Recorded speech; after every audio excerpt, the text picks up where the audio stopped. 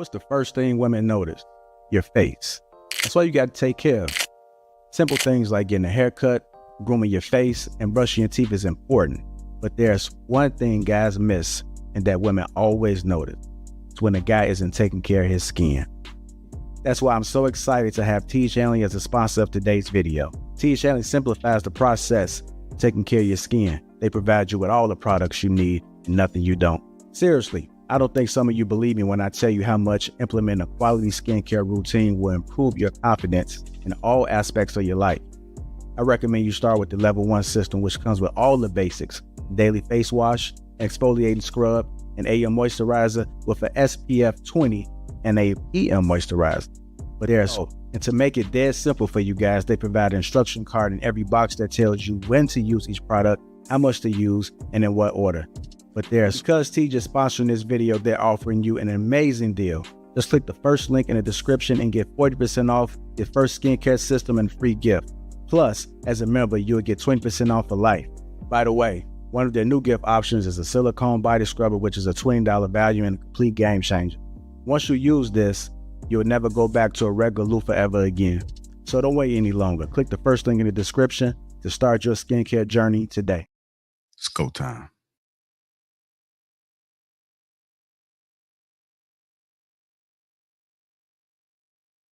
What's going on? What's going on? How y'all doing? How y'all doing? Welcome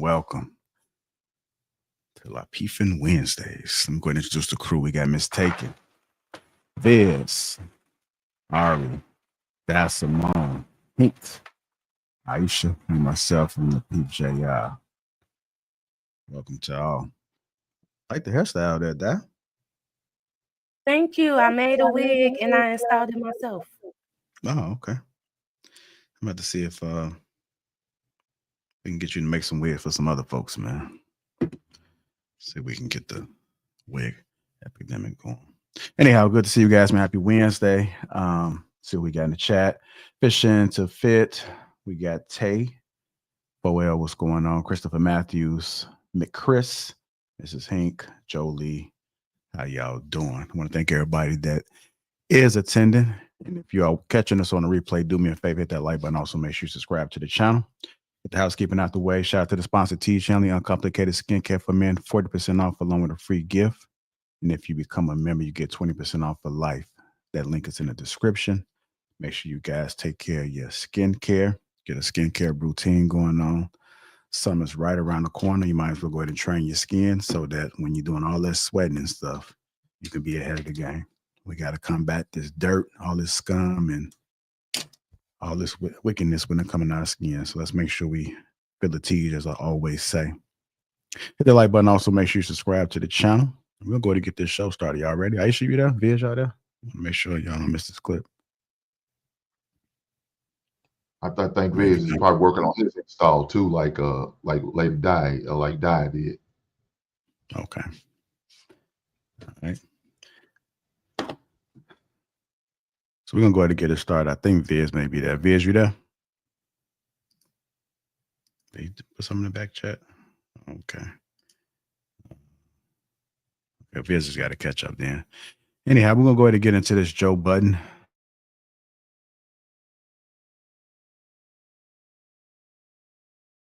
You muted yourself, Lapeef.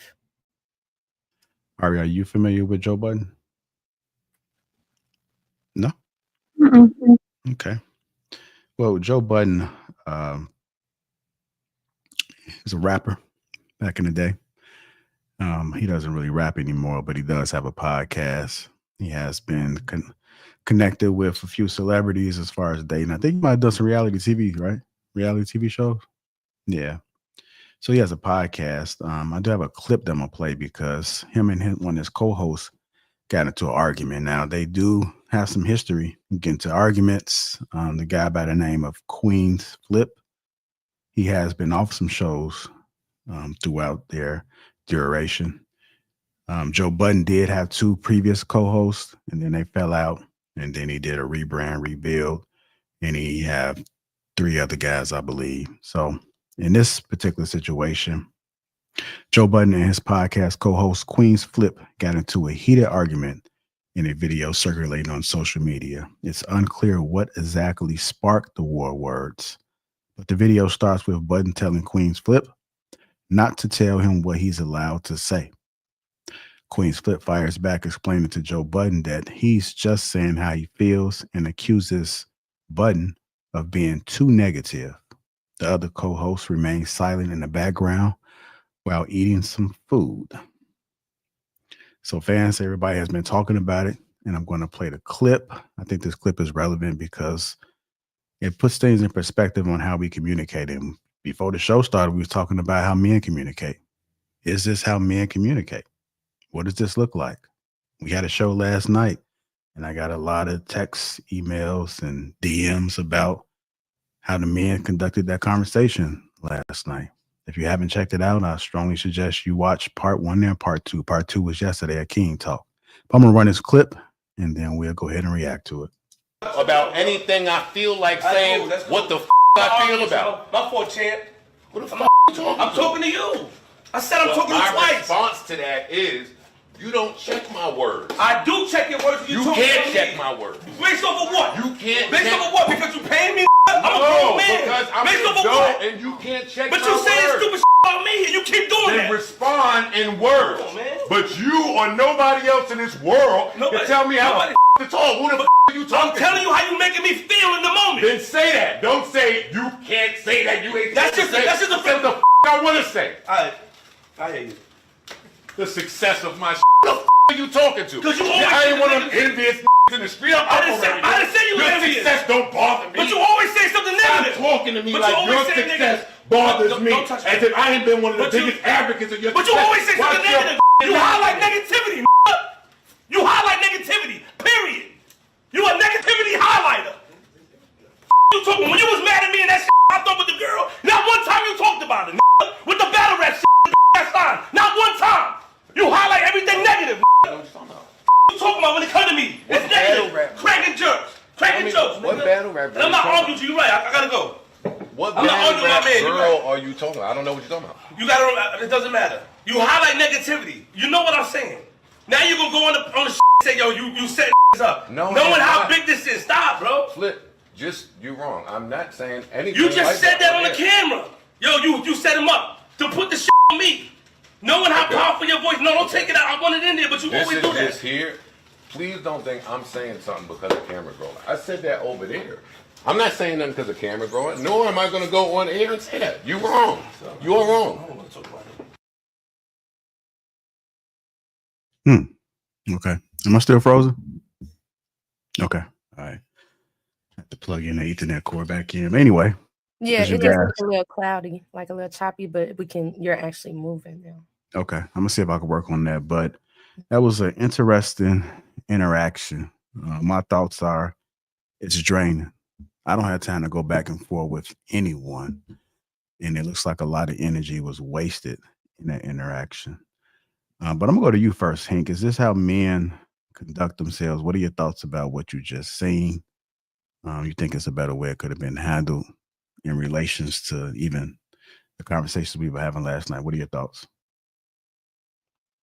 Yeah, look, I'm from the South, and we talk big like that. We talk shit, but at the end of the day, we know we know what lines we're not gonna cross and what lines to cross. And so as men, we talk like that. So that's what I seen right there. That's no big. I don't know if you also noticed that Joe Budden start the comments voice and kind of scale back because he's seeing how far it was getting.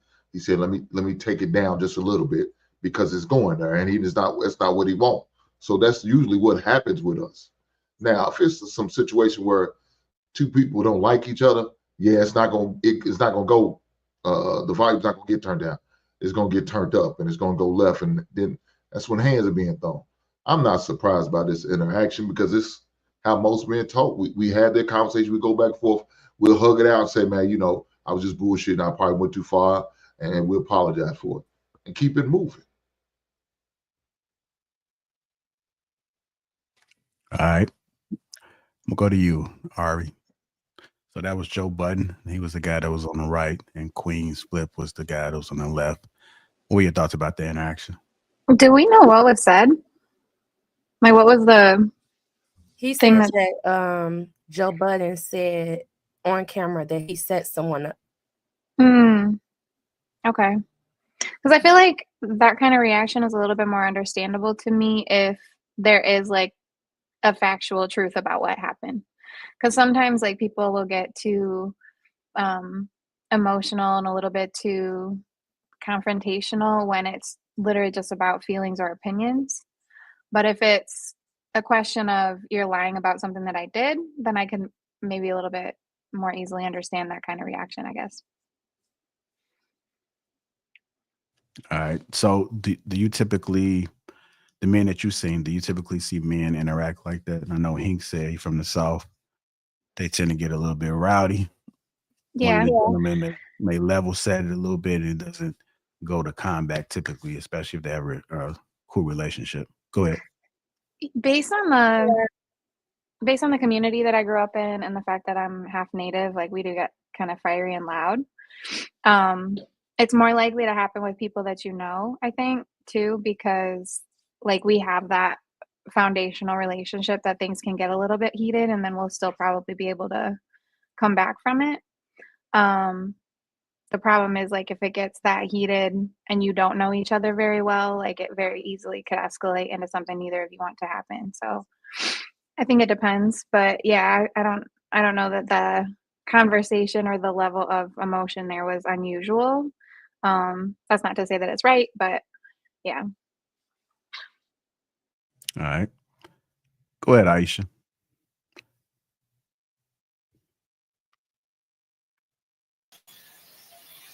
Oh, sorry. So my view is that he's just a rude and disrespectful person. Like people, I mean, I've heard locker room talk. Like I literally was the HR manager for a plant, right? So I hear how guys talk to each other when they're at work and even when they have disagreements. I think that Joe Budden is just like always over the top with everything that he does. And I think that he was rude and he was disrespectful. And I think that neither one of them could hear each other because they were both yelling at the top of their lungs. So no one really got their point across. I seen the clip earlier and I was kind of shocked that it was even circulating on social media because I just don't think that it represents black men in the best light. And but those are the things that seem to be popular. Okay. So if you're saying somebody going back and forth like they, even if they men, because there was a reference as far as that's how that when men do that, they look like women or they acting like women. So would you consider that interaction as being sassy? Yes, I think that men are supposed to be able to control themselves a lot more than women. I feel the same way when I see a man that's drunk. I feel like that's woman behavior. Like when you out drunk, stumbling over yourself, like men are supposed to be in control of themselves. So I just, yeah, I could see that being like a woman trait to sit and bicker and argue and go back and forth. That's not really a masculine trait. Interesting. All right, go ahead, Di. I just felt like it was two people that was emotional. It's like even the dude said, he said my feelings were hurt. Like I'm trying to express my emotions to you, you know. And Joe Budden made a point. Express your emotions, but don't tell me as a man what I can and cannot do. Like you can ask something of me, but we know when it comes to men are leaders and men don't like to be told what to do. I feel like it's okay for men to have emotion. Women, technically, they say men don't gain emotional maturity till about 30, you know? And I feel like when you know somebody, like they obviously known each other for a while, this wasn't the dude's first experience, he said, with Joe Budden. And I feel like when you know people and things like that happen and people speaking negatively on you and it's somebody you know you're around, it's gonna make you feel some type of way emotionally. I felt like Joe Budden response was like because I really don't like him either. I'm gonna be honest. What? Because when I watch a lot of his clips, every time someone tries to tell him how his actions are affecting them, that's how he responds. Like no accountability at all. And I don't think that's just a woman's trait. I think that's people who just lack emotional intelligence, not lack emotional intelligence, because you can trigger somebody, trigger a space that a person hasn't healed and they will respond that way. But I just feel like his feelings was hurt and he didn't know how to express that. You know, I feel like a lot of men don't get the chance to be emotional. And I think Joe Budden, that's when he really started to calm down too. When dude was, I'm trying to express my emotions to you. Like, bruh, you do this to me. You have a platform. And he's giving him factual stuff now. Now he's not just talking about how he feel, but he started giving them details. And Joe Budden like, okay, like maybe I should listen. I don't know if he did because Joe Budden never listened. But I don't know. I wouldn't consider it a woman trait. I would consider it it's emotions. We're all human. We all have emotions. We all express them differently. And as men, they were able to calm themselves down. Like, okay, this ain't getting nowhere right now. And they were able to, like, you know, dissipate instead of fighting. So I commend them for that. But Joe Budden, he just lacks accountability. I think that's the only reason why he got upset like that. Okay. All right, go ahead, Viz. Did you see the clip? I didn't see it, but I heard it though. I can't really speak too much on Joe Budden just because I don't watch his show. I've never really been a fan of him. You know, the only song that I know is "Pump It Up." You know, that's all I know about Joe Budden. But I would say I would agree with Hank. I mean, I'm from Chicago. Me personally, I've always been a laid back guy. I'm not one to do all the hooting and hollering. I'll do a little bit of it, but at some point we got to step outside.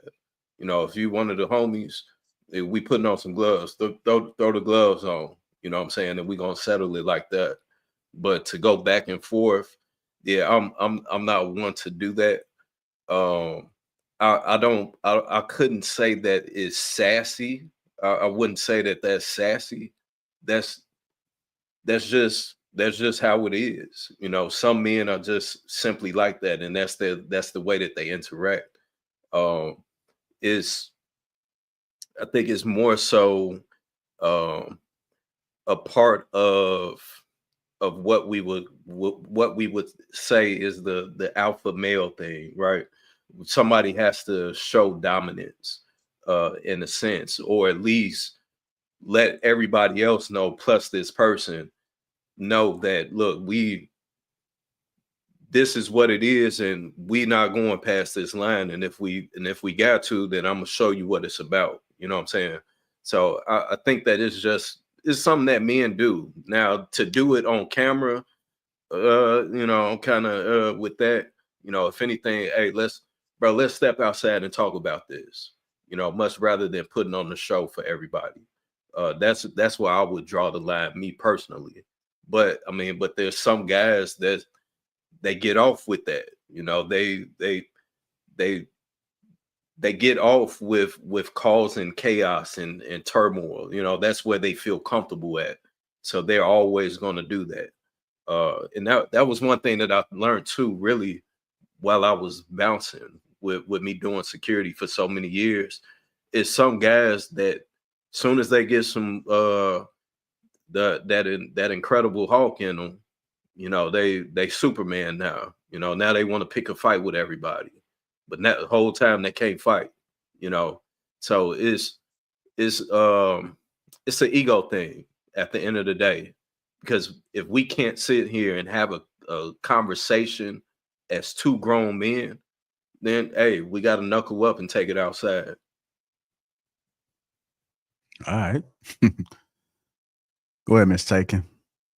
What was your thoughts about the interaction? Just how men conduct themselves when you see a man going back and forth? Do they have to hash that out, get it out of them? Yeah, I think you do have to hash things out, but I also think you need to know your audience as well, right? So I think that's where the emotional intelligence piece come in. And at some point there is so it doesn't get to the point where it becomes, physical. Somebody is going to have to take the reign on trying to like bring it down so it don't go to the next level. But I do agree with Di as well, is that when emotions are involved, it can get loud. And that's not to say that men can't have emotions. That's why I kind of disagree with Aisha in the sense of saying that is sassy when, men argue. I just think it's a part of human nature that at times you're going to get emotional. So to say, oh, men could never get emotional, that's where I have an issue with. Is because on the one hand, we talk about wanting men to show more emotion and but then on the other end, then we're fussing about them when they do and then call them sassy. I don't think we could, have it both ways. But yeah, that's it. I mean, people argue. Do you think there's something to be said for getting it off your chest though? Because that kind of situation, like, people build resentment if you don't express the emotions, right? And I think that's probably why when he first said it, if you notice in the argument, he said, "You've done this before. You've done." So that means he's already been feeling like, okay, Joe Budden, you've been saying negative things behind me. It's something, and that's the issue. Sometimes men, they don't want to say how they feel immediately because then they feel like, oh, if I'm responding to this emotion, I can come off sassy or feminine because I feel some type of way about what you said, when they just probably feel like, oh, well, maybe I should have the mind frame of not caring what you think. I shouldn't care what you're thinking. But after you build a relationship with a person, it's just natural to care what they think, So I think him holding it in and probably is what caused him to respond that way. Yeah, I mean, I get it. Sometimes we do find ourselves in heated discussions. It's just kind of hard to predict how somebody may respond. So if you are the aggressor, my concern would be what's going to tip that person over to the edge, because I've seen it. Even though I know Hank say men they're just being men, I've seen some people take it personal real quick. They just take everything personal, and they have these like trigger words. So if you are saying something like your mother, or bitch, or you weak, these can sometimes be trigger words for people, and you don't know what they're capable of if you are in front of them. So I don't know, man. I think Joe Budden's trigger word was the fact that he was trying to tell him what to do. I think if dude was able to express himself like, hey, bro, I don't like when you say this, Joe Budden would have probably been able to receive his message. But Joe Budden, like, regardless of how you feel, bro, you're not finna tell me what to do. I don't care about what you're talking about. But when dudes start getting into detail about what he was talking about, Joe Budden kind of calmed down. But before, Joe Budden, like, regardless of how you feel, bro, you ain't finna tell me, a grown-ass man, what to do.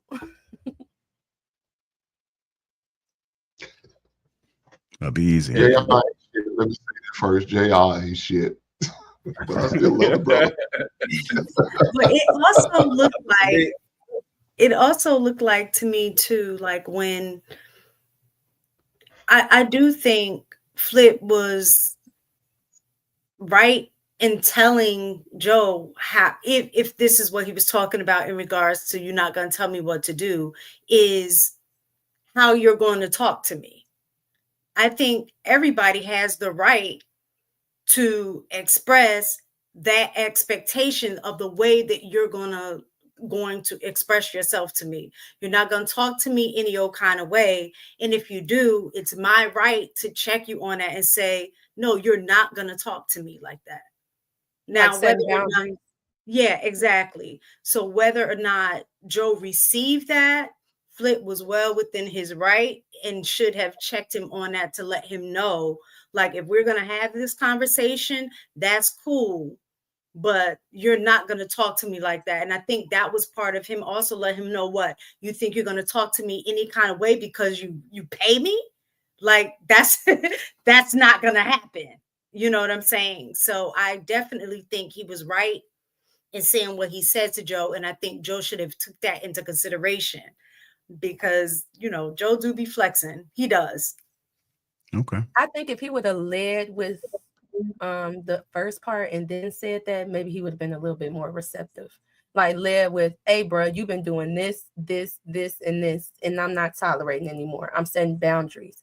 But if he started off with, you not gonna talk to me like that, instantly, I think any man, not any man, but most men, because of that, you know, leadership, ego, masculinity thing, soon as they hear another man trying to tell him how to do and how to articulate himself and how to express himself, he's instantly gonna be like, who the fuck is you talk? Like, I just seen most men respond that way. Okay. Well, like when you're setting up, sorry, go ahead.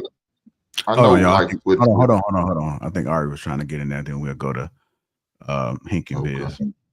Well, like when you're setting a boundary too, that's supposed to be about what you're going to do. It's not really about placing a mandate on the other person. So a real boundary would have been, if you continue speaking to me like this, I'm not engaging in this conversation.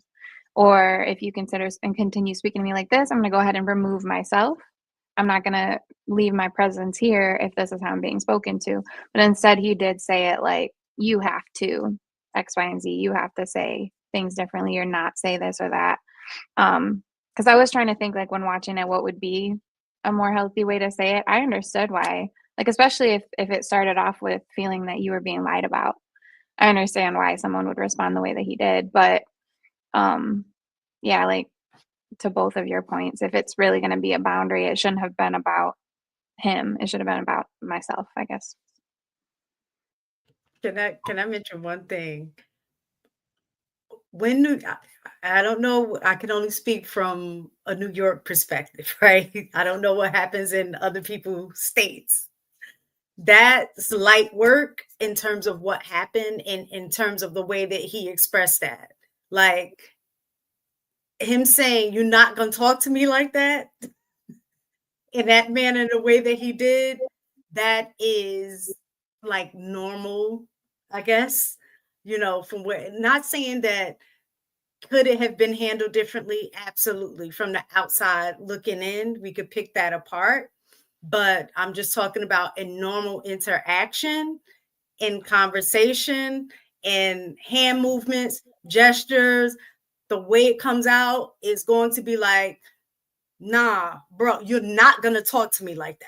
Like, all of that is coming out, you know. The problem wasn't that. It was just that we continue to engage then, right? Like, you can say it however you want to say it to start, but then what are you going to do? Are you going to keep engaging and arguing and yelling back and forth? Or is it like, okay, I'm done, bye, right?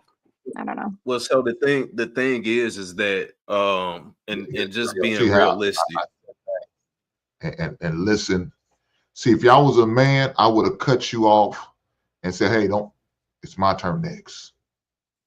But I know there's double standards, right? So I was supposed to go next after Ari then mistaken said she wanted to get a little bit in there. Then Ari came back and rebuttal. I didn't say a word. See, that's just an example of what I told. I don't argue with women because I know y'all don't argue, play fair when y'all argue. I ain't gonna fuss and fight with y'all. I'm not gonna waste my time because it's not gonna turn out right. It's not gonna go well for neither one of us. So I don't waste my time arguing with a woman. Even my wife, I walk away from her, and she gets mad when I do it. But I don't care. I'm not arguing with you. When you calm down and we could talk in a respectful manner, we have the conversation. Now she gonna be mad because I said this. She's like, "Why you say that?" That's just the truth. I don't do that shit. Now with a heartache, I'll argue with you, Fizz. Yeah, I'll argue if we argue. But then I know my boundaries. I know the limit. I'm not gonna go over that. I ain't gonna do anything I can to disrespect you. At least I'm gonna try not to. And if I do, I'll address it later. That now I'm doing all this shit on the camera. I don't care about all these goddamn cameras. If I feel a certain way, I'll tell it. I shared it last night. I feel the same way, I'll tell it. I don't have no problem with telling a man that. And we shouldn't, as men, we shouldn't have no problem with telling each other that. We come to a man is respectful. Yeah, Viz, you did wrong for what you did. You should have said that. And if he's well, why you think that? Well, this and this and this. And if he rebut, we rebut. We have a conversation. And could it get loud because it could get emotional? Yeah. But ladies, y'all don't want a man who's not ready to raise up, because that's the same man that's gonna get his ass whooped and leave you while you getting shot at. Are you getting pounded on? He ain't gonna try to help you pull you out of the situation or talk the situation out. He ready to fend for himself and see himself only. So y'all better be glad y'all got men out here who is willing to raise up and argue and fuss and fight and get in there and pull you out of situations instead of you. Because I see some of you ladies, y'all go left, and then when y'all go left, y'all don't like it when they go left, because you got some dudes ain't cut from the same cloth like me, JR, and Viz is. Them dudes will put hands on you. And they don't care if you're a woman or male or whatever you are. They don't care what you identify as. They will put hands on you. So, you know, be grateful what you have in a man that's willing to do that. Not every man is, and JR set that shit up, saying, you think it's sassy. It really wasn't Aisha. I ain't going to throw Aisha under the bus, said she been said. JR put that out there. We're going to blame JR for that. So I don't think it's sassy. It was not me. It was definitely JR. That was a response. But what I will say to you. Okay, don't. Hold on. I was next. I wasn't finished though, but go ahead, bullet me. Go ahead. Y'all, it's normal. All right, go ahead, Viz. Then we got Aisha. Yeah, to Aria's point, man, just like Mistaken said, I'm not from New York, but I've seen plenty of clips and people talk. I know a few people from New York, and they talk aggressive as hell, especially the women. You know, they just speak aggressive as hell. Now, the thing is I understand to where it could come off as it not being productive, but there are cases, just like Hink said, where, hey, we got to get this steam off. And then once we get this steam off of us clashing back and forth, then we can come dial it back down to where we can come to an understanding, you know, especially if it's something that's pent up and built up. You know, if they have a relationship and this is something that Joe constantly is doing, at some point is, hey, bro, you're not gonna talk to me like this, bro. You know what I'm saying? Or we gonna have to move some furniture in this mall. So it's just a part of being a man. I would say, is it right or proper? You know, is it politically correct? Hell no. But hey, sometimes that's what it takes, especially for us to continue to not only be man, but also raise up man.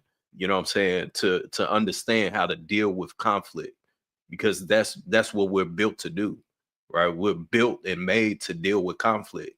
So there's going to be instances where we're going to bump heads with each other, and whoever come up off top, then hey, so be it. Or if we can come to an agreement, so be it. But that's just part of the hierarchy of where, hey, look, this is where I am, this is where you're at, and we either gonna figure it out, or again, hey, come check it out, step outside, bro, and we can leave it there. We shake hands afterwards, or shit, we can knuckle up every time we see each other. That is just part of the game. All right, go ahead, H. I just think that there has to be a better way. Like, I know that aggression is supposed to be a part of being a man, and this is just how we handle things. But I don't want to be friends or around someone, and that's how we have to handle things. Like, I don't want to be screaming at my friends. Like, I want to be able to tell someone how I feel without doing all of that. And I think God touched on it earlier. It is a little about emotional intelligence. Like, you should have enough self-control, no matter who it is, for them not to take you to that level. And I feel like there's just no excuse for that. especially when you're being filmed and it's going to circulate around to millions of people. It almost feels like a performance because I don't really know guys that talk to their friends that way. And you know what I mean? Like, yeah, you'll have a family disagreement here and there, but like that's not the norm. It shouldn't be put out there or stated like this is normal. And I think that's where the whole toxic masculinity things comes from is those aggressive behaviors that men put out. And it's for what's the purpose? Well, no, Aisha, if it's something that a person is constantly doing, if you get into it with everybody every day, all the time, then no, that's on that dude. I would then say that the nigga is sassy at that point. If you always does your boy not get into it with everybody, including women, all the time? I don't know. Like I said, all I know is pump it up. That's all I know about Joe. I don't know shit else about Joe. You know what I'm saying? That's he where goes I like leave he it. talks like that with women too. Even women that's not even coming off aggressive first, he does that often. He just lacks accountability. Yeah. So if that is a part of his character, if that is a part of who he is, then is one of two things. I'm assuming that Joe is fairly tall, right? So maybe he's been Lil Broing mugs, you know, under the Intimidation Act, and nobody stood up to him, or he just a whole ass nigga that just like to be in conflict, you know. So it's you got those different type of characters, you know, throughout the world. But if I don't think that every man acts in that nature. It's a time and a place for it. But if you're constantly doing it every day and you always getting into it with somebody, then yeah, that person needs to check itself. And I think I understood where you was coming from, Viz, when you said like, or I might have to put my hands on you, because it's like Viz could be an emotionally mature person, but he got a balance to himself to obviously where he can handle both situations, people who's emotionally mature and not emotionally mature. So he like, okay, what type of man am I dealing with? Am I dealing with a man that's emotionally mature? Because if I can, I could speak to him. But if I'm not, 9 times out of 10, after I tell him about himself, I might have to defend myself because he gonna get disrespectful. He might not get, you know, he might get rowdy. If we friends, we might have to take it outside. So I definitely understand where you're coming from there, but I do feel like at a certain age, we have to say, okay, now I'm not gonna put myself in this environment. So where you gonna take me out my character like that. You know what I'm saying? That's back to what Aria was saying. Like when you setting boundaries is saying how I'm going to remove myself out your life versus telling you what you finna do. Because I do feel like even if after you put your hands on him, if you don't whoop his ass good enough, it's a chance it might happen again. So that's why I feel like a lot of the times conversation is necessary to come to an understanding, but sometimes it just don't work like that, even with women. Like Aisha said, I don't want to make it seem like it's just a woman's trait. It's just a lack of emotional intelligence for people, because I don't want to fight my friend. I had a friend where we would get into it and she would say low blows to me. And I'm just like, you done did this 3 times this year. I tried to set my boundaries. Now I'm gonna have to remove myself. Now we're back cool. And I know her since kindergarten, you know, so this isn't just a friend I met in high school. I had to literally remove myself for 2 years. And now we can have hard conversations with each other and we know when to walk away because we appreciate each other that much. But we did have to, like, we both, on both ends, we both had to grow up. I had to be careful how I articulate my stuff. Instead of saying, you make me feel, I had to learn to say, I feel. You know, a lot of people don't realize what those trigger words are, but I 100% agree. I do think it comes from a place of lack of emotional intelligence, but I do understand what Viz say. If this your homie and you care about him, it's just men happen to deal with things differently. You know what I'm saying? But after a while, if you don't want to keep having to fight after a certain age, the best thing you can do is really protect your peace. We're going to go ahead and transition, man. And just for the record, Joe Budden is 6 feet. He is 6 feet. And he had drug problems too. He was on real bad drugs. Big Ant, $11 says, JR, Hink, and Viz, how come it's always the short, fat, out of shape, bro? Always got to be the loudest and most animated at everyone in the group until it's time to let them hands go. Mills, 36, $2 says, wow, that looking like a baddie. Blackout says, a string full of melanin. Love it. Blackout 199 says, who is the host? I'm falling asleep over here. Big at $11 says, Hink, how many times Mrs. Hink hit you upside the head with that Batman toy behind you? Laughing emojis.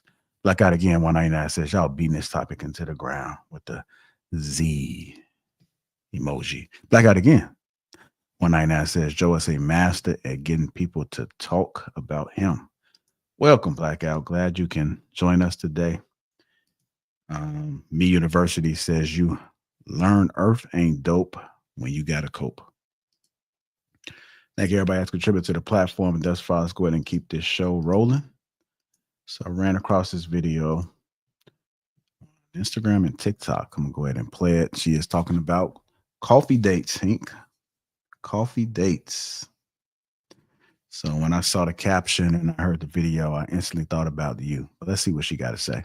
Gonna be controversial, but I put this on my Hinge profile saying no coffee dates and no walking dates. Because one, shout out to Noor. No coffee dates, no walking dates. Facts. And I put it pretty much how she said it, but people obviously weren't getting it. So I just put in the effort and I'll meet you halfway. It's easy. Look at me. I look all happy and like cheerful and like, why wouldn't you want to take me on literally any place else than a walk? This prompt feels provocative. Gets the people going because the men love to tell me that this is wrong. I always phrase this like, I'm just curious why you feel that way.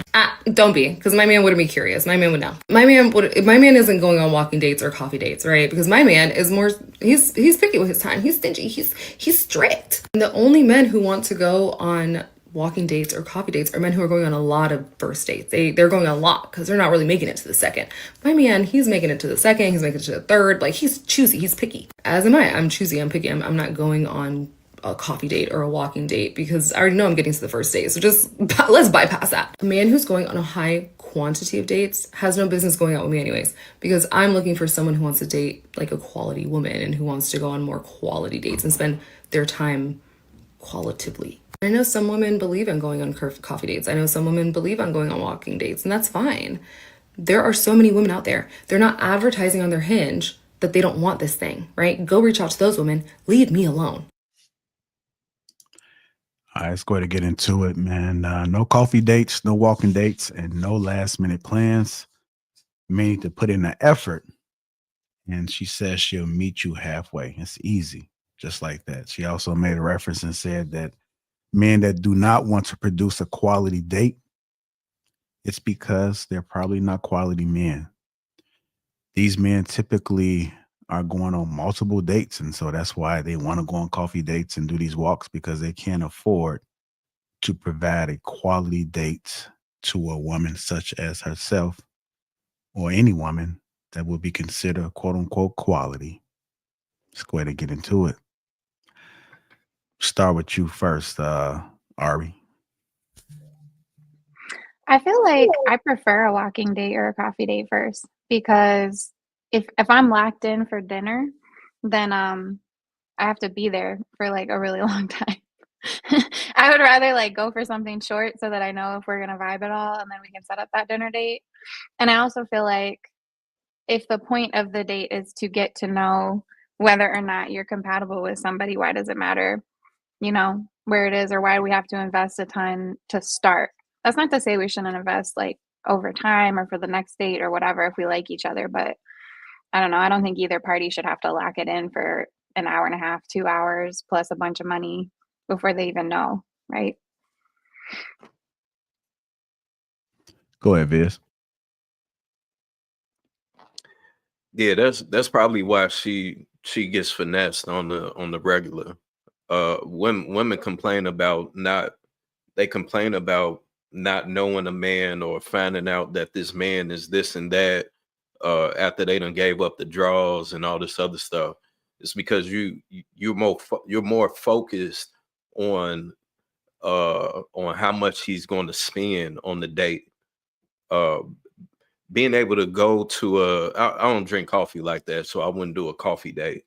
But being able to go to the library or go for a walk, I have a beach cruiser that I OG'd out for us to go on a bike ride and go post up on the lake or at a park or some shit like that and just chop it up.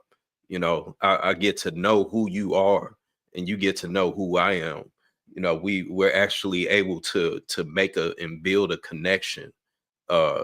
That's why a lot of relationships don't last and don't work now. That's why a lot of women don't get the man that they want, because they're looking for the wrong things, right? So if I can't take you on a walk, the most basic thing that we can do, then we have no business even interacting, because that is the bare minimum of me being able to get to know who you are as you. We can go to a restaurant, but the restaurant might be loud. I'm eating. This steak fire. I want to enjoy my steak. Maybe I don't want to talk to you the whole time. I want to make sure that I consume this steak while it's still warm.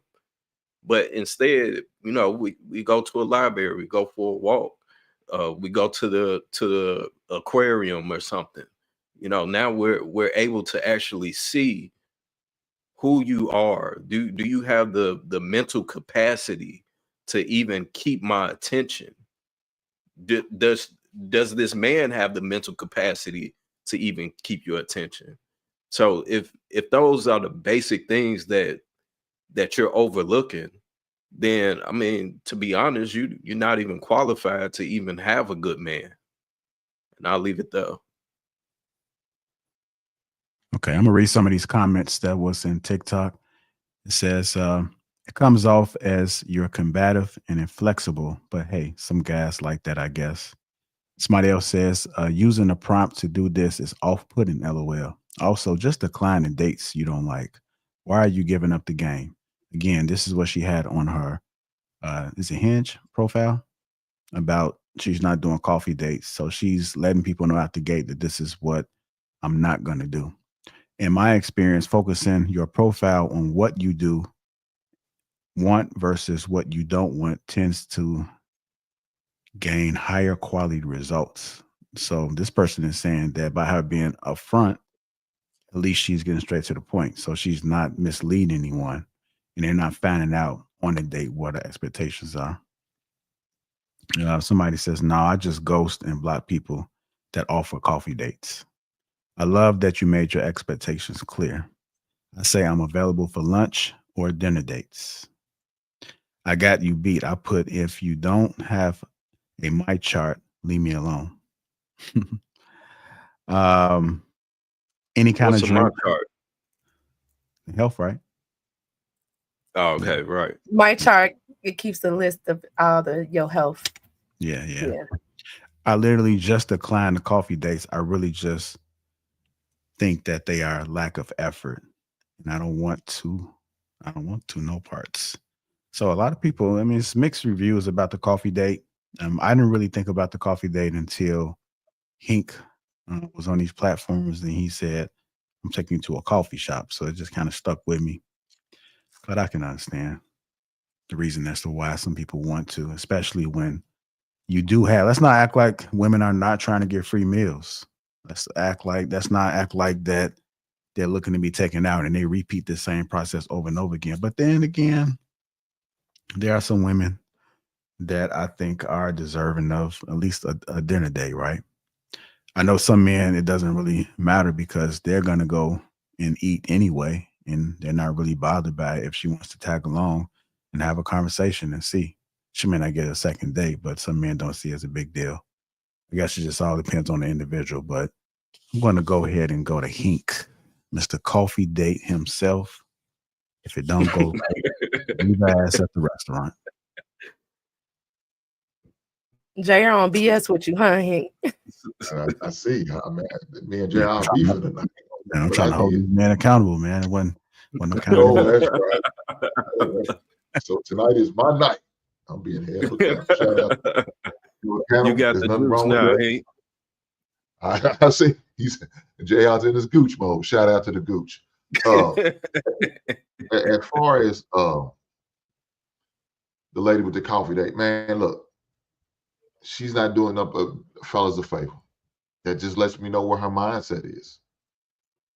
The reason I push and I'm all for coffee dates, man, is give me the opportunity to be in a quiet place, few to no distractions, so I can have a conversation, so I can interrogate this woman to see whatever it is that I talked to her on the phone about, see if she's following up, watch her body language, pay attention to how she moves, how she answers the questions, and how she responds.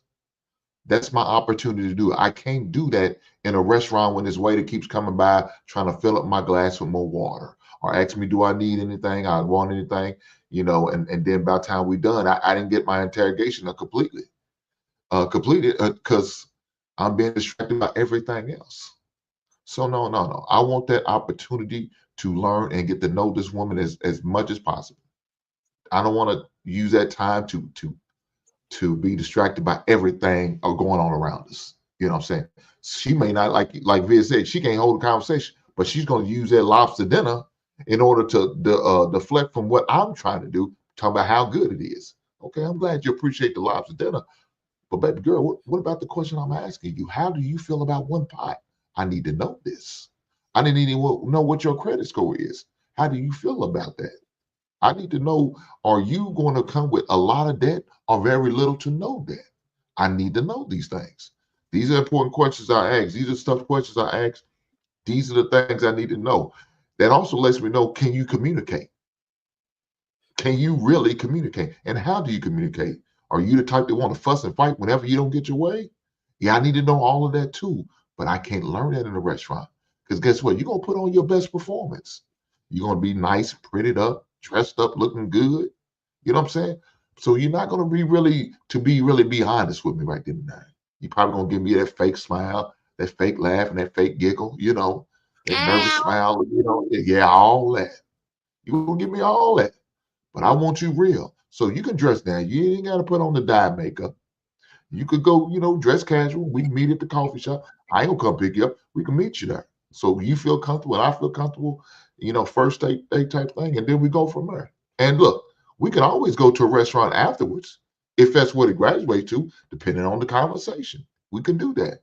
But ladies, don't be afraid to go on the first date to the coffee date. And you don't have to actually drink coffee. You could drink tea. You could have a mimosa, whatever other drinks they may have. You ain't got to have coffee. So they got other things, maybe some hot cocoa. I don't know, whatever your choice is. Hey, Hank, when you was talking, it made me think about what's a good conversation.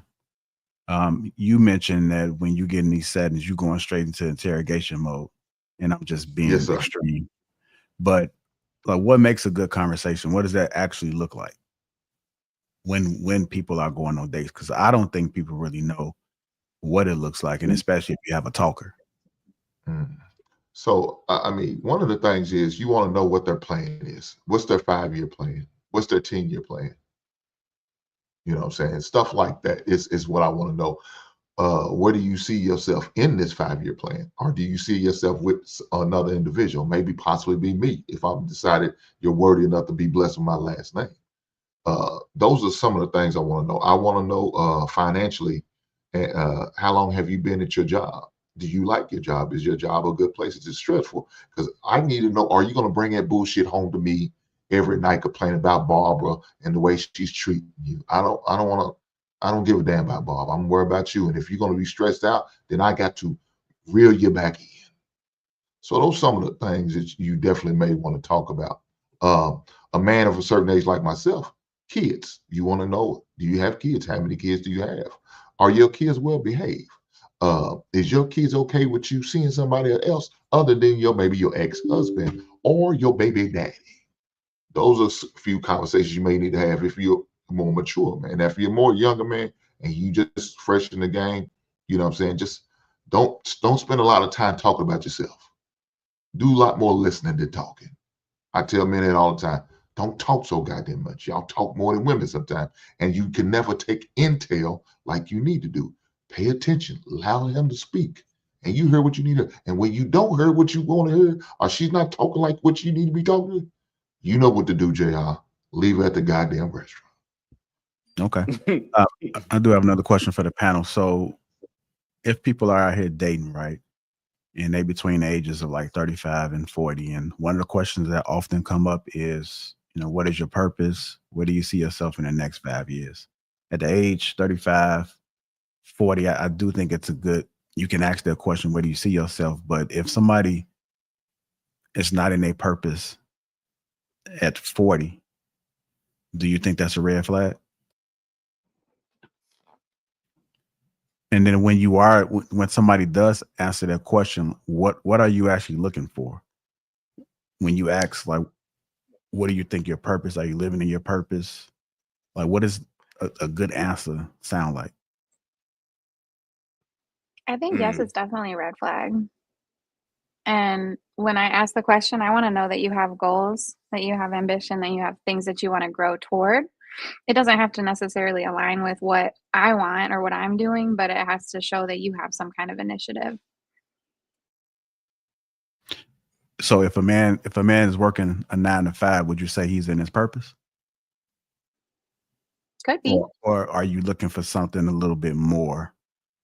Maybe he's doing something outside. Let's just say he's just planning on working that job and retiring. I think it really depends on the way that they word what their answer is.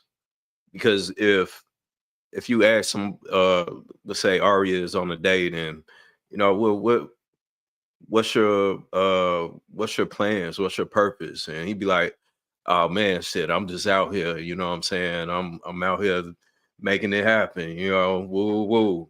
He say something like that, oh no, this nigga's a bum, you know, compared to him having to actually thought out explanation or response to it. Then I think that's when it really matters. I always pay attention to the way that people word things and what words is it that they use, because that will tell you a lot about them. And if I think if we pay attention to that during these coffee dates, during these long walks, then you can learn so much about a person, just like Hink said, simply by just asking them questions. So I would say it really depends on how they word what their response is. I got a question for the fellas. If a woman was to go on a coffee date, because I feel like my issue with a lot of my first dates is I talk too much. I do feel like that, and I know y'all could get that from me. What are some good questions? Because I know, like, I'm not gonna lie, a lot of the questions that Hink was kind of bringing up, like 401k and stuff like that, it's like I wouldn't know like what the proper answers are, I guess, like what amount they should have in there and stuff like that. Like, what are some good questions that women can ask to get men to start talking about themselves, so you can see what type of guy you're dating, like outside of assets and stuff, but to get to know him a little bit more? Because I do feel like guys do sit back and scout and let you do all the talking so he can get to know you, he can get through to you. Like, I've had some of my male friends tell me that before, like, you giving him the game all in one date. But it's like, I didn't know how to get him to talk. Like, I didn't know what type of questions to ask to get him to tell me more about himself, I guess you could say. So there's questions that, you know, basic questions that you can ask, and you typically know what those are. You know, like, what do you do? What do you like to do to have fun? Blah, blah, blah. What you have to do is, when they respond, then you have to ask them like a follow-up question with what they're saying. Like, people like to talk about themselves. And so you have to kind of keep them engaged in the conversation and not make the conversation about you unless they decide to make it about you. So you're going to ask questions. You're going to keep feeding them. And in returns, you will hope that they will feed you and ask questions about you. But sometimes it don't work that way. But they're going to enjoy talking to you because they was allowed to talk about themselves. And you got to understand, like, we really here on this earth to serve others, not to serve ourselves. And so even when you're communicating, you have to serve the other person. And sometimes it's not going to be like it's not going to seem fair, especially for somebody that loves to talk about themselves. But my older self, when people are talking, for the most part, I'm not going to say I do this all the time because sometimes I just want to talk and say some things myself, but I'll just try to actively listen. I'm trying to work on my listening to see what it is they're saying and actually participate in the conversation that they're having. And so I'm going to ask them additional questions based off what they're talking about. And that's how I think that you can actually build with somebody. Because like by default, I'm an introvert, man. I don't too much. I mean, I got different sides of me. Sometimes I get a little rowdy. Sometimes, most of the time, laid back, peeping the scene. I have my moments. I just don't expose those moments to everybody. But one of the things that I have been able to do is just have conversations and just listen.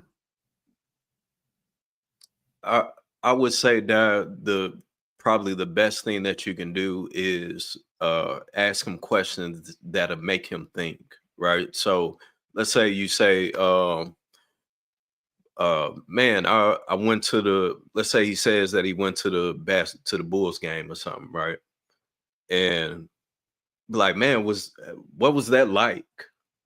How was that experience? Was that your first time being there, and how different was it from the first time that you may have went? You know, those type of questions will make that person sit back and be like, damn, okay, what was that like? I'll never forget my old lady. We were talking about something, and this was early on when we were first dating. And she was like, she asked me, how did that make you feel? And I was like, damn, wait a second. I don't even remember what we was talking about. But the fact that she said, how did that make you feel? I had to, like, damn, I don't think nobody ever asked me that. I can't believe it, Jesus. So for me, that was extra brownie points, you know, because it was something different that I experienced in the experience with her. So I think because often I would say most men, especially if they do date often or if they do encounter women often, we are usually the ones leading the questions. So for a woman to take initiative to consider how we felt or what we felt in that moment or what we thought about during that experience, I think that stands out by far. All right, does that answer your question? Yeah. Okay. Yeah, it got my brain going because I'm like, I do ask questions, but I don't ask a lot of follow-up questions because I feel like I don't want people to think like I'm digging or I'm prying or I'm trying to like get in their business. So what I tend to do is what you said, don't do. Once they give me their answer, I relate their answer to something I've experienced versus continuing to follow up with them. Yeah, you got to just understand life is about balance, man. If you got balance over every aspect of your life, then you should be cool. You got to be able to, when you're talking, sometimes you got to look at their body language. And that's why even talkers on the panel, just try to look at everybody else and kind of gauge you if you've been talking too long. People start turning their cameras off and you just see them looking and start doing other things. 9 times out of 10, you've been talking for a long time. But what happens is y'all will go off in the air and y'all looking. And I think that, and basically, but then I've realized that sometimes talkers just don't give a damn because they'll look at the panel, they'll notice everything that's going on, and it still doesn't matter. So it's the most craziest thing. I've had conversations with talkers, and sometimes it works to me because when I'm multitasking, just talk. That way I don't have to think. I'm able to multitask. I'm able to do what I need to do, and I ain't got to worry about nothing. And I could just say a couple things like, yeah. Damn, that's crazy. I've even had somebody, I put the phone on mute and they say, I know you put the phone on mute, but I don't care. Because damn. But talkers need to be studied. They need to be studied because they really don't care if you utter any words out. It's the most. It just You have blows an my mind every adrenaline time. rush when we talk. It's just Huh? it'd be an adrenaline rush. It's like Yeah, but y'all don't have to get it all out at one time. Just do it up in doses. Just do it in doses. I mean, they talk so much that the throat get dry. that's me. Coughing and struggling. Hold on, I'm sorry. And they just keep talking. So Yeah, when me and my ex used to try to resolve stuff, y'all know how long-winded I'm on here. So just imagine being emotional, trying to talk. And then eventually he said one day, like, am I gonna be a part of this conversation? I'm like, I'm sorry, go ahead. I tell you one thing, make sure you check your breath, because if you a talker and your breath stinks out, adding to it. People out here suffering. the whisper stink. But on topic, I'm gonna try to get back on topic, guys. So help me out. Yeah, crazy. Yeah, crazy. On topic though, I feel like go ahead. They can't hold it. Turn over on the bed. Look, I'm trying to say, hey, go ahead. Hey, you warmed up. She ready now. She primed. But as far as like what you was talking about, and you said on a date, right? You're not just talking about on the phone. You talking about on the date, right? So once y'all decided to go on this date, and you talk about some questions you might want to ask, like, hopefully you paid attention in the midst of the phone calls prior to going on the date, right? You know, I'm sure he may talked about certain things he talked about. Well, what you can do is recommend having a phone conversation first? Because I really don't have. I'm gonna be honest. I'm a in-person person. I don't really talk on the phone. I don't talk on text. I get to know people in person. Yeah, you gotta talk on the phone first.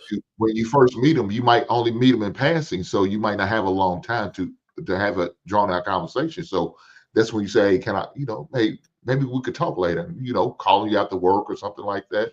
And then call and have that conversation so you can get to know that person who you're dealing with. You don't want to just all of a sudden meet in person. That dude's a damn creepy ass dude like Viz used to be back when he was 25. So you don't want that. You want to make sure he's going up and up.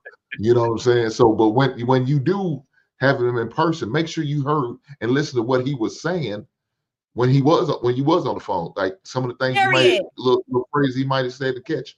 Hey, listen for those. Like, okay, I heard you just talking about what you was gonna do this weekend, how you was gonna go hang out and go to the lake and fish. You like fishing? I thought about going fishing myself, but I never been. I would love to go with you and just bring it up. And you may not know nothing about fishing. You may be scared of fish. You know what I'm saying? But you're willing to be out there with him so you can get to know him, be in his surroundings, just be in his presence. You understand? Little things like that you can learn, just ask questions on. Find out what if his interests are. He's going to ask you what your interests are. That's going to be probably one of the questions he asks you. So you need to be willing to turn the mic over and ask him, well, I know I told you about my interests, but what's your interest? What do you like to do? What are your hobbies? What's little quirky things you like to do that would be unusual? You know what I'm saying? What's your guilty pleasure music or song or something like that? Or is there a favorite movie you like to go see on a regular? Anytime it comes on, you'll just stop and whatever you're doing, you just start watching it over and over about 35 times. Just little stuff like that. And then the man's like, damn, I never had a woman ask me a question like that. But my favorite movie is Don't Be a Menace While Drinking the Juice in the Hood. And so just go from there. And then I did want to say about the video, I feel like more men, I guess like they said, some men, they want more of a challenge, but I feel like women ask for all this stuff. And I be thinking like, how do he know you're worth this?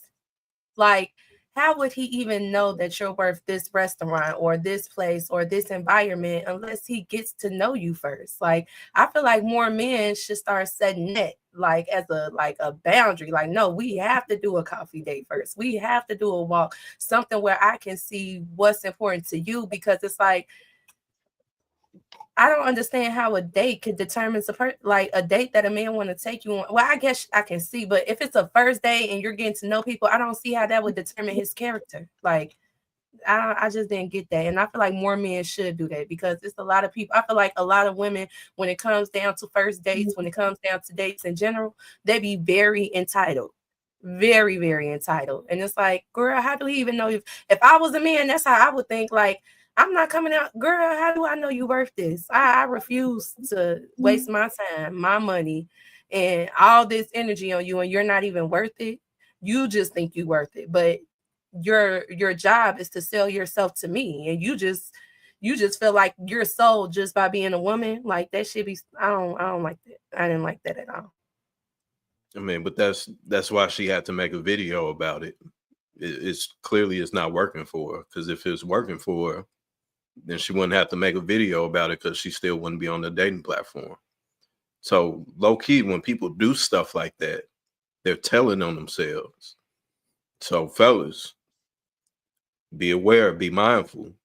If she got shit like that in her bio, keep scrolling.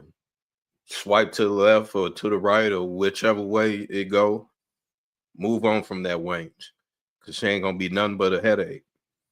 Do you think men might try to go after her because they know most men is doing it, like swiping up? So they like, let me go in there, because do you think some men see it as like she's hard to get because she has those requirements?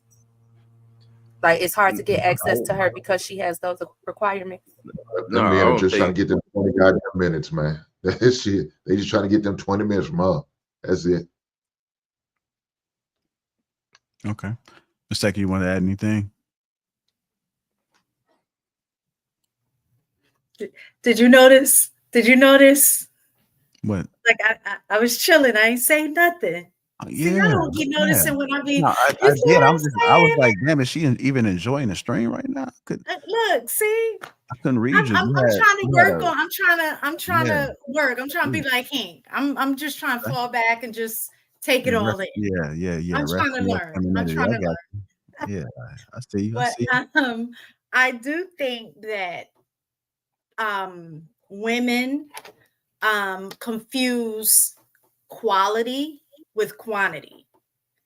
So, and what I mean by that is you can have a quality date, because she had mentioned something about, it is a quality of, the date, or quality, like I'm quality, whatever. She says something about quality, and confusing quality with quantity are two different things. So a man spending a lot on a date because they take you to a dinner doesn't mean that that's a quality date, right?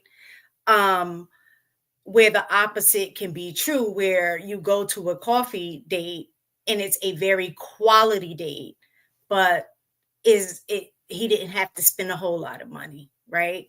So I think you as a woman need to decide, do you want a quality date or a date that the focus is on quantity? And it seems like a lot of times, especially nowadays, the focus has been on quantity, because the goal appears to be, like, I ain't out in the street, so I don't really know, but what it appears to be, it's about how much I can brag about how much was spent, right? It has nothing to do with the dating with the purpose part, right? It's the, oh, this is Instagram worthy, kind of thing. And then also too, thinking about somebody, when I think you said, JR, when you were reading the comments about that, it's about effort, and they think that that's low effort. Again, I think that's another thing, confusing the quantity with effort, because it takes no more work to do a dinner date than it does a coffee date, right? You're doing the same thing. You drive, either you're calling and you're making a reservation, and that's it. There is no effort in doing that, versus having a guy that might plan a picnic date. So he may not spend a whole lot of money, but he's going to the store, like maybe get a little charcuterie, you know what I'm saying? Like trying to do something and plan it, get a little wine, get a basket, and go to a park. And then that's it. But then a woman look at that like, oh, this is low effort because it's not a whole lot of money spent. But there was a whole lot of effort put into that. Going to the store, picking out the different things to eat, getting a basket, finding the perfect place in the park to lay, you know, all of those things. So I definitely think that the priority and the focus of what the date is supposed to be about has been lost. And it's about the pomp and circumstance. Okay. Yeah, most women see it as a flex. They be trying to flex. Mm-hmm. I think too, like, okay, so if you want to think about women talking a little bit more in dates versus men, I think sometimes women feel like they have to prove that, you know, they're worth more effort, right? So then they try to talk a lot about themselves instead of listening a little bit more. Which, you know, we should be like both people in the conversation should be deciding, you know, if they like the other one, not trying to prove that I'm likable. But then some other thoughts that I was having as you all were talking was that there, you know, from a behavior analytic perspective, there are two types of manipulators. And there's like people that want to control the narrative through dominating by dominating the conversation. And that person might be the person who wants to talk excessively about themselves, who wants to, you know, kind of show all these impressive stories or say all of these, you know, great things about themselves. And then that person is trying to sell themselves to you. But then there's also the listener type people who try to manipulate through gathering information about you. So like they seem to be super tuned in, but it's because they're doing something that a lot of manipulators and cluster B type people do, which is mirroring you. And so like if they're mirroring your emotions and really seem to be understanding you from the very first date, sometimes that can be a little bit of a red flag because they're hyper aware of your emotions. They get you to let your guard down, be a little bit more vulnerable, and then they later will use that stuff. They'll find out about your weaknesses, your traumas, your desires, and what you want in a partner, and then they use that later to manipulate you, you know, guilt trip you, fake a partnership that they're not actually interested in being a part of. And both of those types of manipulation tactics can be mitigated by making sure that you're asking a lot of the WH questions that aren't what. So like instead of what's your job, what are your hobbies, what do you like about blank, blank, blank, and blank, it'd be like who, where, why do you like to do the work that you do? Who made you think about that for the first time? Where did you first understand this about yourself, right? And then also just making sure, right, that you're not oversharing, which I don't know. It seems like a lot of the questions you guys are like posing as examples are very deep questions, which I don't know that I would be comfortable answering somebody I just met. I don't know what you think about that. Well, that's why I think that it's important for us to have at least, I would say at least 2-hour talk time on the phone.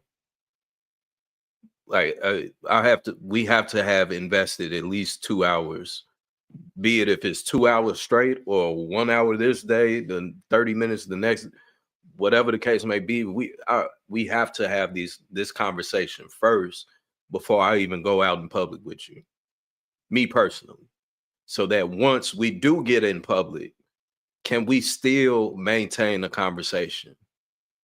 Or are you going to be sitting here looking at me crazy as hell while I'm asking you questions and trying to talk to you? You know, because then I'm going to have to do what Hink say and leave you at the damn restaurant. So I think that and this is why I stand firm on when dating, you need to be able to develop a friendship with this person first. Because if I can't click with you as a friend, just as a person, a human being, what the hell am I here for? You know, we wasting each other's time. So me personally, I'm not gonna ask you your 401k and how much money you make and all that other stuff. I'm not gonna do that right off the bat. I want to know who you are. You know what I'm saying? Because the money don't mean shit. It means something, but right out the gate, the money and that don't mean shit. I'm gonna be able to learn all of that just in the conversation that we have. Are you well traveled? What's your favorite restaurant? Is it Applebee's or do you like going to Ocean Prime? You know, what kind of clothes are you wearing right now? Is you got on Gucci everything? You Gucci down from the to the socks, or are you looking good? You know, in some moderate, you know, what Drake say, hair tied back with some jogging pants on or whatever. Do you look good in that? You know what I'm saying? So ain't nobody got time for that. That's me personally. I feel like that's the best route if you're actually intentional about learning someone, much rather than you know, making it uncomfortable, I suppose. What are some questions that you all would consider red flags if you were asked? Anything financial on the first date for me is a red flag. I would say on the first date. But if it's like what Viz spoke about, having prior conversations where we've talked about things and then eventually it led to that, depending on how I feel, I may not necessarily directly tell you, oh, my credit score is blah, blah, blah, blah. But I will give you an inkling of saying, yeah, I manage my money pretty well. You know what I'm saying? Because it still may be things that I need to get to know, because as me speaking from a woman's side, even though we might have great conversation, because I still really don't know you, I'm still needing that space and time to get to know you. So some of the questions that you might be asking me, while you're coming from a point of intention, like you might be intentionally dating for the purpose of getting married, and we're saying those things, but I truly don't know you yet. So I don't know what your intentions are. So you could be asking me about my credit, so you can be scheming. So, oh, she got good credit. All right, I'm about to scheme this because I know I'm gonna be able to get these loans or get these cards or whatever. So I have to be mindful of those things. Talking about like a lot of sex on the first date, about all of those, that would kind of be a red flag a little bit too, depending on how that conversation is trying to be led. Yeah, I was still. I agree with you, Miss Peggy. I was still reserved. Not that I have an issue talking about what's your sex, but I favorite don't know position? like that to be trying to go into details about what I like, what I don't like. Like, nah, bro, we're not there yet. Like, we don't need to even be discussing that, you know. So yeah, it would be those kind of things would be red flags for me. I agree 100%. That's why when I go to dates, like Javier said, I usually try to dress down. I don't like this. To me, this is not even really dressed up. I just got on lashes and I decided to do my lips today. You know, I did my hair, but I will go in my most natural state. I might keep my lashes because it just makes me more feminine, but I try to go in my natural state because I feel like when I look like this, I get a lot of those questions. Like, I bet it's wet, ain't it? I bet it's this. I bet it's, and it's like, boy, like now we're not even going on a second date. Now I don't even want to talk to you no more. Like, I think your makeup looks beautiful. I don't know what Hank was talking about though. Yeah, So it sound like you got. So Irie, sound like you got a question for him, right on. You mentioned earlier, you were like, you said something about dye styled makeup. Like, I don't know. I feel like it looks I don't even have on makeup, by the way. I might have did my eyebrows. I filled them in a little bit, but I don't have on makeup. I'm just polished So, today. okay, shout out to your polish. So the reason I say what I say, I'm a man who doesn't like a lot of makeup. I don't like all that clown shit makeup. You look like a goddamn Tammy Faye Baker or Bozo the Clown. I ain't with that shit. That's just not my thing. That's why I said what I said. So, but you said I that. to, so you feel like I be wearing clown makeup? Yeah. So I don't. When like have I ever wore makeup on here? Okay. Well, maybe you don't think, to me, I see you in the makeup, and I don't like a lot of that shit. Okay. Now look, you about to get offended. I'm gonna have to apologize now. I'm not saying No, I'm not offended. It's just I don't have on makeup. Like I could do like I got to, but Aisha's like my damn like conscience over her. Aisha's like my conscience over her because she calls me a bully and says I'm mean. So now every time I see her, I feel like I gotta apologize and check myself. That's my butt. As you should, because Di looks beautiful. Miss Taken, you look beautiful too today. I love the braids. You see what I'm talking about? Yes, you see what I gotta deal with here? Lashes on or something to mine. Like, what is happening? You got the juice. Aisha, and that's funny that you said that because I just seen a post that said if you're on social media, you're trying to bring in more followers and do stuff, people like looking at good looking people. So if you know you're good looking, do a little bit, enhancements. I'm like, okay, maybe I'll come on a podcast with, my edges laid and some lashes today, bring out a more feminine side to me. But Hank think I got on a full face of makeup. All I did was add some lashes and put on a wig. Well, that just speaks to your beauty, Di. So it was just really a compliment. Thank you guys. And I do have on lip gloss and stuff too. So the lip liner might make it seem like I do have. Maybe it's the lip liner. Maybe it's the lip liner that makes it. Like you're good. You don't gotta keep explaining it. You're good. Like it doesn't matter. You look. He has Mrs. Hink. Mrs. Hink respects the way he wants her, the way he wants her to look. You're not Mrs. Hink. Keep doing what you do. Yeah. What you drinking over there, Ish? This something. I don't know what time it is. Aisha, is that a red flag question for you?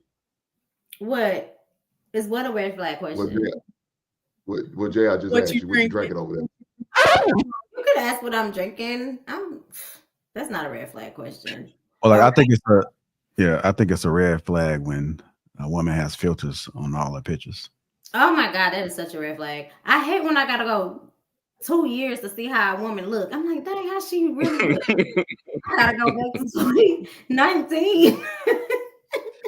Hey, but the crazy thing about it is that like some of the women are actually beautiful, but they don't see that they're beautiful. For the guys, have you like saw women like on like Instagram, they have the filters on all the time, you've spoken to them on the phone and then actually asked to meet them in person, and then when you saw them in person they looked completely different than what you've seen like with all of the filters and everything on when seeing them on IG? Like I seen both. I mean, I've seen people. It's the same thing like makeup. You don't have to be really filters, but I think people do look different without makeup. Makeup does do a lot of wonders for people, but I just don't like the filters because I do photography, and you can still. I tell people you can still enhance yourself without enhancing the whole entire photo. So it just takes away from me from the presentation, the authentic look of the photo, because you just slap a filter. And I understand people don't know how to edit.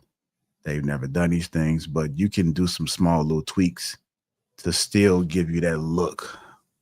And it doesn't take a long time, but they just may not know. I just don't like when people slap filters on there. And I've seen beautiful women still resort to the Snapchat filters. I just don't seem to understand it. I ain't gonna lie, I'm one of them. I love my Snapchat filters. Like even when you out, it's like don't you turn your camera on. Here, use this one. And then it's already set for Snapchat, and I don't even use Snapchat. So I'm saying like, damn, like, okay. Did you save it? Did you save it? Because you gotta save it. Go ahead. Tell y'all the craziest part too, and this is on some nerdy shit. But to me, the Snapchat camera is horrible. It is. Like it's the worst camera on all of the apps. It forces you to use a filter. Yeah. It's like, why do you want to use this horrible app with this camera? It's like that. Yeah. Like the best thing to do is to actually take the rawest photo you can on an iPhone, which most people have, and then you can do your edits there. You know, that's probably like the best way to actually do it. And I don't know, maybe I need to come out with a I don't know, man, probably do some type of tutorial or something like that. Yeah, because I'm just not photogenic. I just feel like I'm not photogenic, and the filters just help a lot. Well, the thing is, just take a bunch of photos. If you take a bunch of photos, if you take like 30 photos, one of them got to look good. And if one of them don't look good, then it's on you. You just if you take 30 photos and you couldn't get one of them right, you ain't like one of them. You couldn't get your ass straight. You couldn't get your lip. There's also a lot of things online that'll tell you like how to pose for a picture. Because I thought that I took terrible pictures. Like I was like, I hate it when anybody else takes a picture of me. But then I figured out I was just like standing wrong or like, I don't know, smiling wrong. I don't know. Some of them poses suspect, man. I got to stand a certain type of way, man. It got to be. I gotta hate that phone. They were like, put your hand in your pocket. No, I'm always adjusting cufflinks that aren't there in pictures. Have you noticed that? Well, one of the things is, and this is from me, you know, like JR, coming from a photographer's point of view, we as individuals are self-conscious of what we believe our flaws are. So when you take a picture, you're already trained to look at what you believe your flaw is, and in which, in most cases, it actually may make you more attractive. You know, that crooked ass smile you got, man, that shit's sexy. You might not like it, but hey, that thing do a thing to me. You know what I'm saying?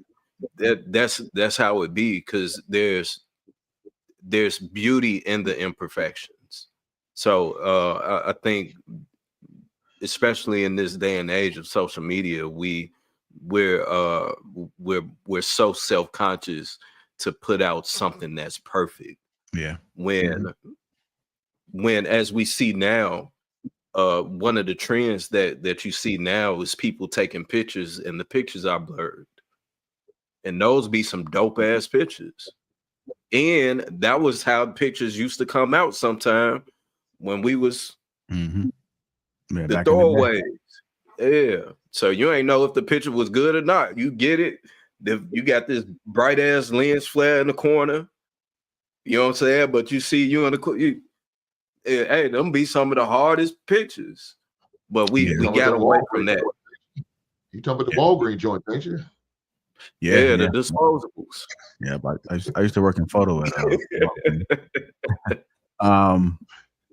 a lot of people overthink when they're taking the photos too. They overthink, and a lot of times what you're paying attention to, most other people are not paying attention to. You can have some really dope photos, dope videos, but you don't believe in it because you are trying to paint a perfect picture. And sometimes the pictures that doesn't appear to be perfect, everybody else view it as perfect. Like another red flag that you'll see with men is when they put their middle fingers up. The reason why men put their middle fingers up in photos is because they don't have anything else to do. Like they're trying to take away from the awkwardness and just standing there. They don't know how to be still and still be relevant in the moment. So you'll see them throw a middle finger up. Which is weird as hell. I hate to see grown men do that. Like that's so. It'd be weird as hell to see grown men do that. Yeah, and then his woman standing right next to him, and that's just what he do.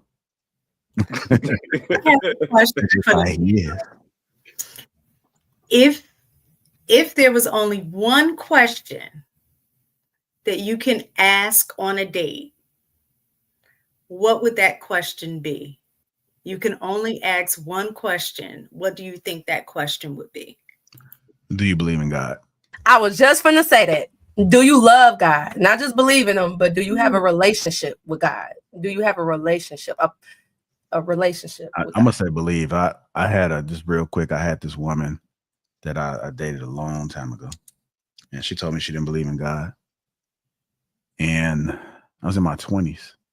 Just felt funny. I felt like every time I seen her, she was just dark. And hopefully I'm not offending nobody, but I just felt like she just was dark. I don't know. So that's probably my question that I would ask, because then it at least let me know that she has some type of structure, or she's governed in some form.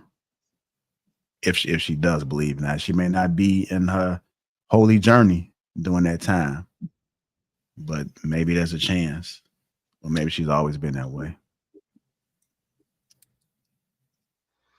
I think for me, it depends on where I meet the woman at. You know what I'm saying? If I meet her, you know, in a place that, you know, where the heathens go and partake in, yeah, I'm probably definitely gonna ask about, you know, her religious background, her religious belief. But if I meet her somewhere, you know, may say in the grocery aisle, in the produce, you know what I'm saying, I'm gonna ask a question about, you know, what's your stance on one pot? So there you go. Like that one pot, man.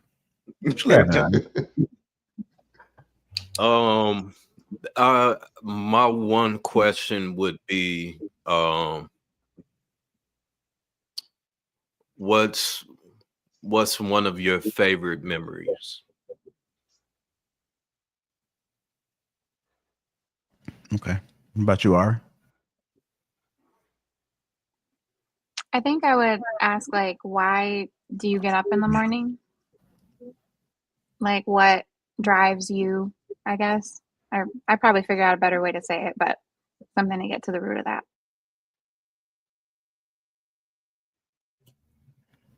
All right, Aisha, what you asking? I always ask this question, so this is simple. Aisha gonna ask, how big is it? No, literally. I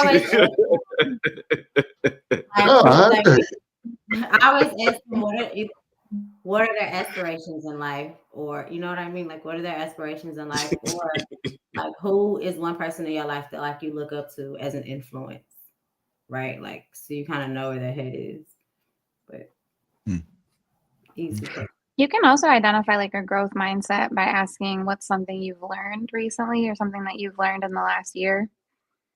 I just ask them to elaborate on that too. I feel like that sometimes will get to the heart of whether somebody has like that growth or that fixed mindset. Okay. Let me get to these super chats and then we're gonna get to this clip. Well, Miss Taken ain't give her. Oh yeah. Yeah, what's that question that you would ask if you were dating? Like if you were dating now, like what would be the question you ask? I would probably ask, what is something in your life that has hurt you the most? Okay. What does that tell you about the person? Man, mistaken toxic. No. The reason is because it would let me know in terms of impact, depending on what the story is and who hurt them. So if it was a situation with the mom or the dad, for me, I would see that maybe potentially having a long-term impact and how that would play out in a potential relationship. So is that on the first date?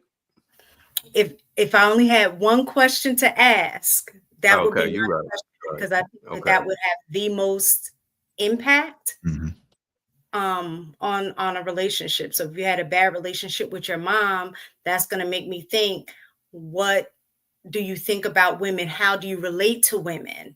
You know, so and you gonna bring them to tears on the first. I was just thinking that, Vince. Don't ask me that. You gonna bring them to tears. Yeah. I mean, it's a lot of routine questions, and so people already got the scripts. So sometimes you got to throw them curveballs a little bit, see if you get a little bit more out of them. When we talking about better vetting, You got to stand out from the pack. That's true. AP accountability partner $5 says coffee and walking is a low effort date. Imagine having the ability to hold a conversation for hours just walking around. No distractions, just you two.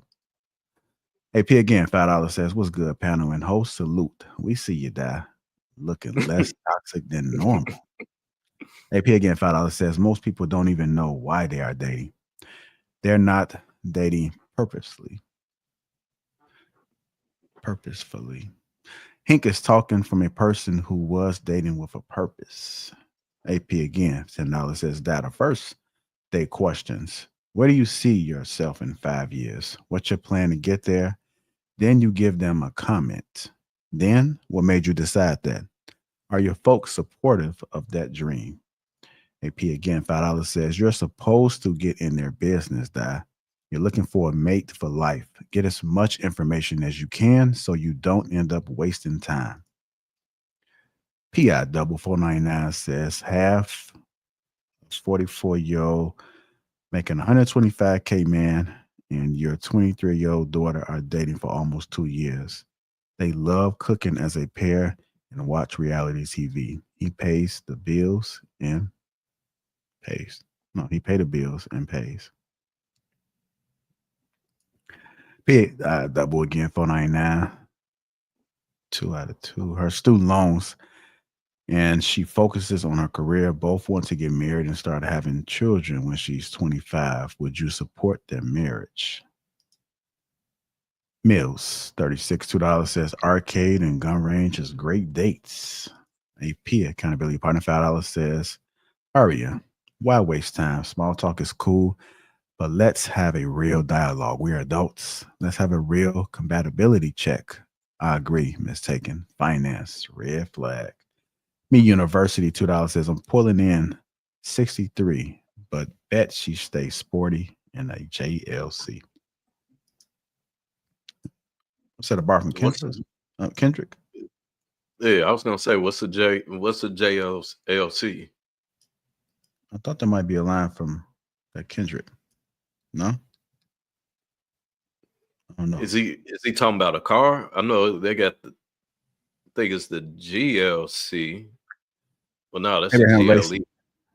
$5 says first day should be questions on personality only. Don't be digging into my finances on the first date.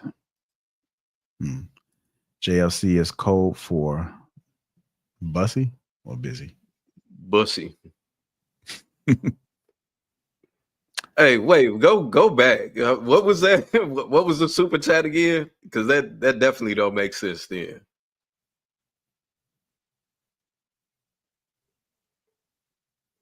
I'm pulling in 63, but bet she stayed sporty in a bussy. What? No, he just don't want to say he was wrong. He probably did mean GLC. Okay.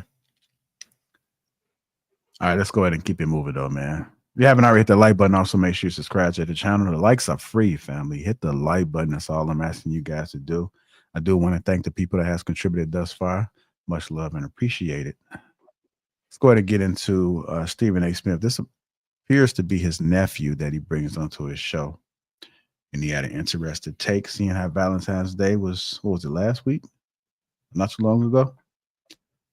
I'm going to go ahead and play this clip and let's go ahead and get into it. Yeah, last Friday. Waiting on that. Come on, Miss Simone. There you go. Here we go. Did you just say on video that you have 3 Valentines? Yeah. Is that what you just said? What happened? You don't think that's gonna get you in trouble running your mouth like this? No. I mean, unless if I told my Valentine, yes, you were my only Valentine, that'd be a lie. That's not what I did. But what did you do, Josh? What did you do? Well, this year I chose me. Let's start with that. I got tired of the same old, like I buy something ground shaking and get back like a beard comb or something like that. Or my favorite. Oh, you come out with something laced with nothing in your hands. I don't care. I had that before. Where's my gift? So let me get this straight. On Valentine's, you're looking to receive a gift as opposed to give them? Yeah. And it's because I want to start a new tradition. A tradition is started by people. So I want to start a new one. Valentine's Day is about me. If you with me, Valentine's Day is about me, because all year round I'm about you, right? That's what you taught me to do. Be all about your lady, right? So what's the one day could I get? It's not Valentine's Day, then what is it? That's another thing. How about your birthday? How about that? She got a birthday too. So why she get that and Valentine's Day? Because she's your lady. I'm her man. That's it. We got to start establishing value in ourselves. I got you. Stop taking that from me. What else are you talking about? Got my notes here. Peace, King. Kings rise. This year, I chose me. Fellas, how does this video make you feel, man? Did you feel good about it? I mean, you think it's our time now? We got to start choosing us. You know, make us a priority. You know, we can't be manipulated, as Aria alluded to a little bit earlier about what goes on with these words. I chose me. Anybody can ask on this panel though. Like, what you guys thought about that video, about what he had to say? Hey, Steven funny as hell for turning up on him real quick like that though. But I mean, I was always under the impression that Valentine's was for women and Sweetest Day that's for the fellas. So me and my old lady, we kind of keep in mind real quick, Viz, is that's just a Chicago whatever mid, however you say it. That's not everywhere. Midwest. Yeah, it's just Midwest. Yeah, so people don't know about What is that? Which means that day Y'all know doesn't. what Sweetest Day is? No, Sweetest Day is in October, November for the men, and it's specifically for the men. It's like Valentine's Day, but for men. Damn, I ain't even know that was like a regional thing. Right. So that's why you didn't hear him bring that up as far as what day do we have. If you go around Texas and ask people what Sweetest Day, they don't know what you're talking about. Damn. Are you saying Sweeties Day or Swedish? Sweetest. Sweet test. Like you're the sweetest ever. Sweetest. Sweetest Day. Okay, Yeah, got it. Yeah. But yeah, no, I mean, I'm not expecting nothing on Valentine's Day. I don't care about that. I'll take you out, get you, some flowers, some candy, whatever, if that's what you're into. But I'm not expecting nothing like that. Okay. So what did you think about the message as far as him saying I chose me? Do you think that men got to start making themselves a priority in relationships, or do you think currently how society paints the picture, do you think that it should continue that way? I mean, if he decides that he wants to choose himself on Valentine's Day, I think that's a little, if that's what he into. But I think that's soft, man. That's some soft ass shit.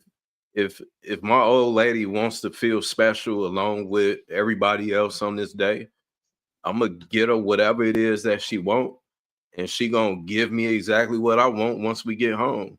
So it's still a one hand wash the other. I mean, I don't understand why. I'm not gonna be like, oh, I choose me today. Like that sounds like some soft activity. What if you were single dating multiple women? I'm still not. It's for me. Growing up, Valentine's Day was always about the girl.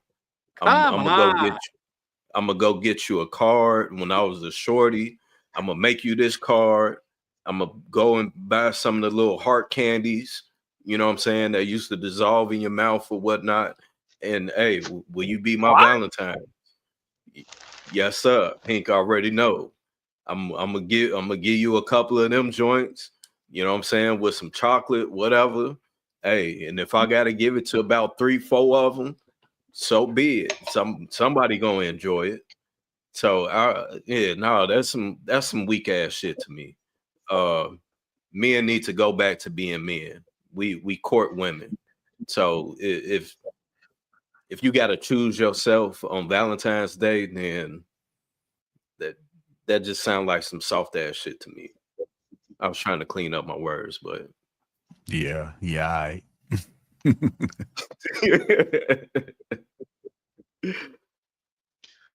So right, what you think? Yo, somebody else go. I'm sorry. Nah, you go ahead. I was gonna go to Ish, but you go ahead. No, you go ahead. You go. I'm trying not to be a bully. Ain't that right, Aisha? You are so not a bully anymore, Hank. You have upgraded. Gold star. Look at you.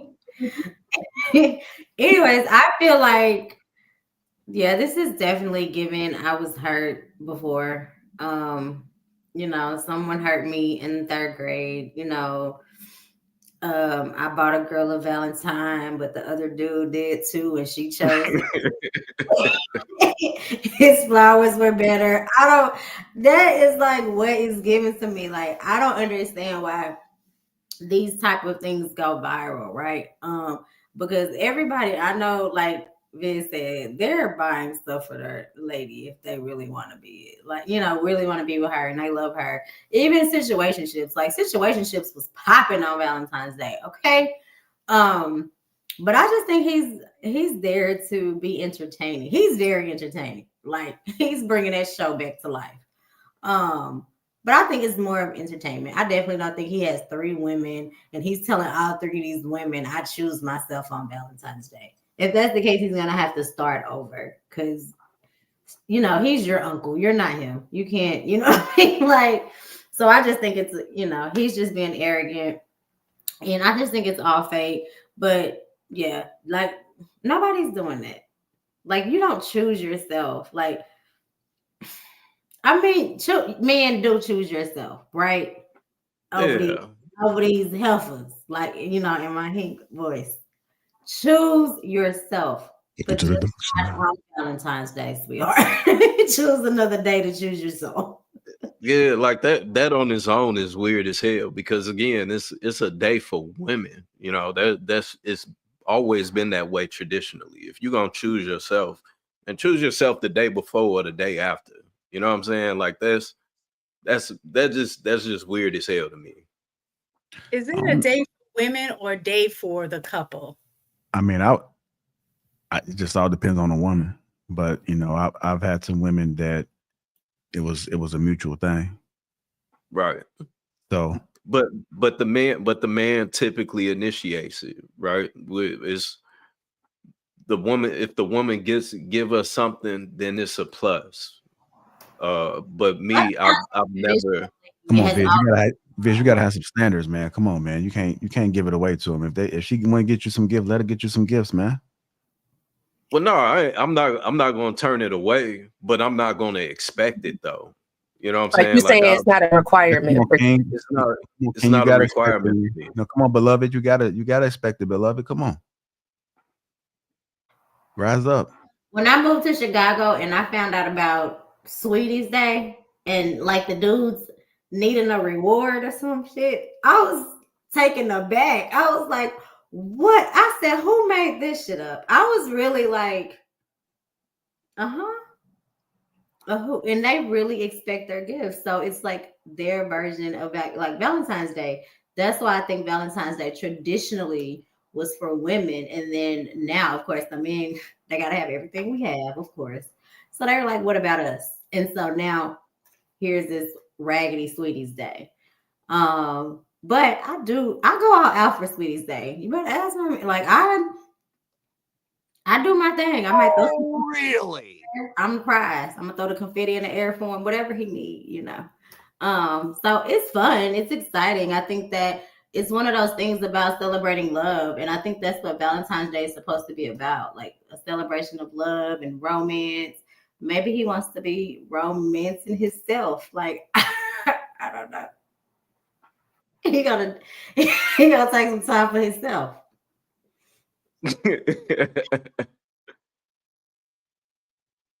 You're gonna get that lotion. Choosing himself. Imagine he has a whole setup for himself. Candles lit and everything. Yeah, no, man.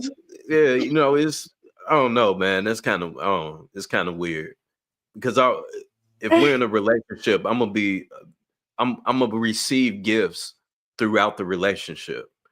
So this one day, I'm not expecting it. This if we're going to celebrate it, and I know that this is something that she's into, I'm doing this shit for you. Aside from that, it's just another day. So that's why I think that is for women, you know, because it's for me, it's like we go out every weekend. So just because it's Valentine's Day and there's some women that want to dress up and we gotta match and wear red and shit like I'm not doing all of that. We can go out, have a good time.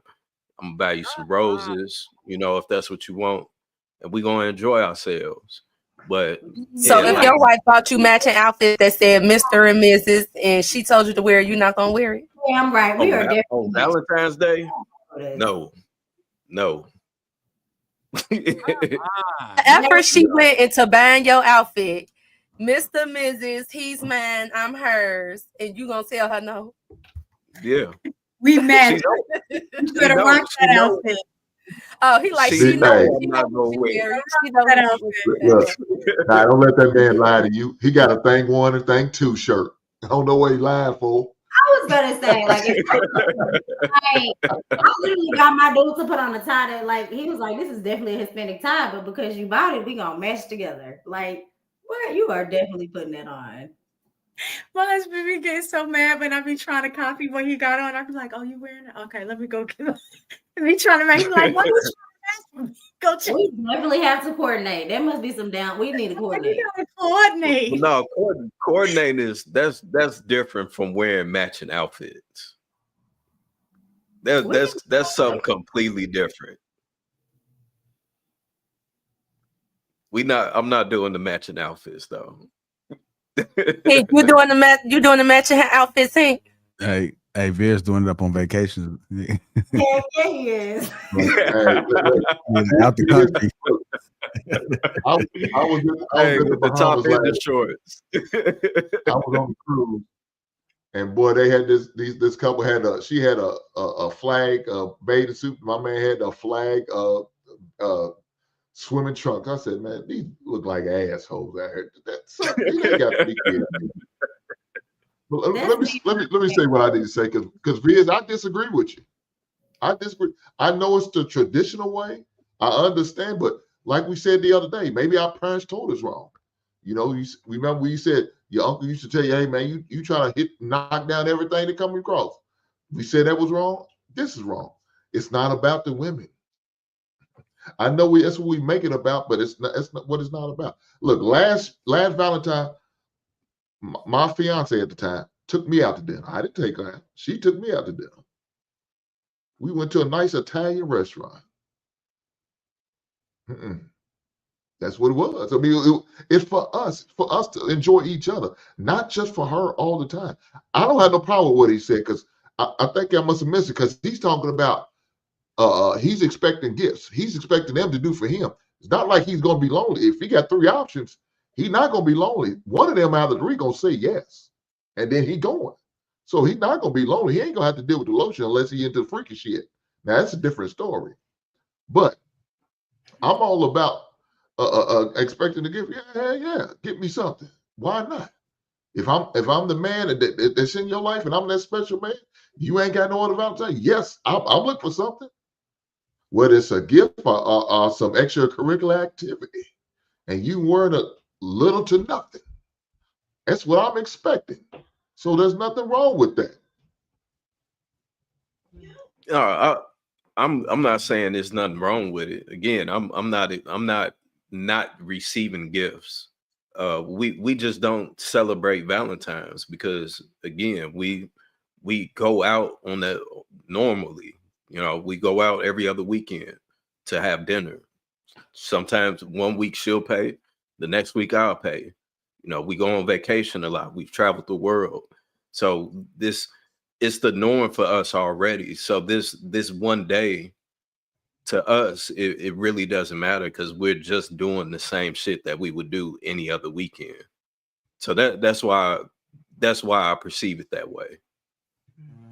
I was gonna say, I think to the I do think men should have an expectation as well. And I think the expectation should be at the level that the woman expect the man to provide for them. Because if you have what you consider like a good man, and as women, we look at what we're provided, based on how much they care for us, right? So if you have a good man, why wouldn't you want to go all out, right? The same way you would expect him to go all out for you. I don't think there's anything wrong with that, to have that expectation. And especially when he just said, yeah, I went and spent all of this money to get this, and then you give me a beard brush.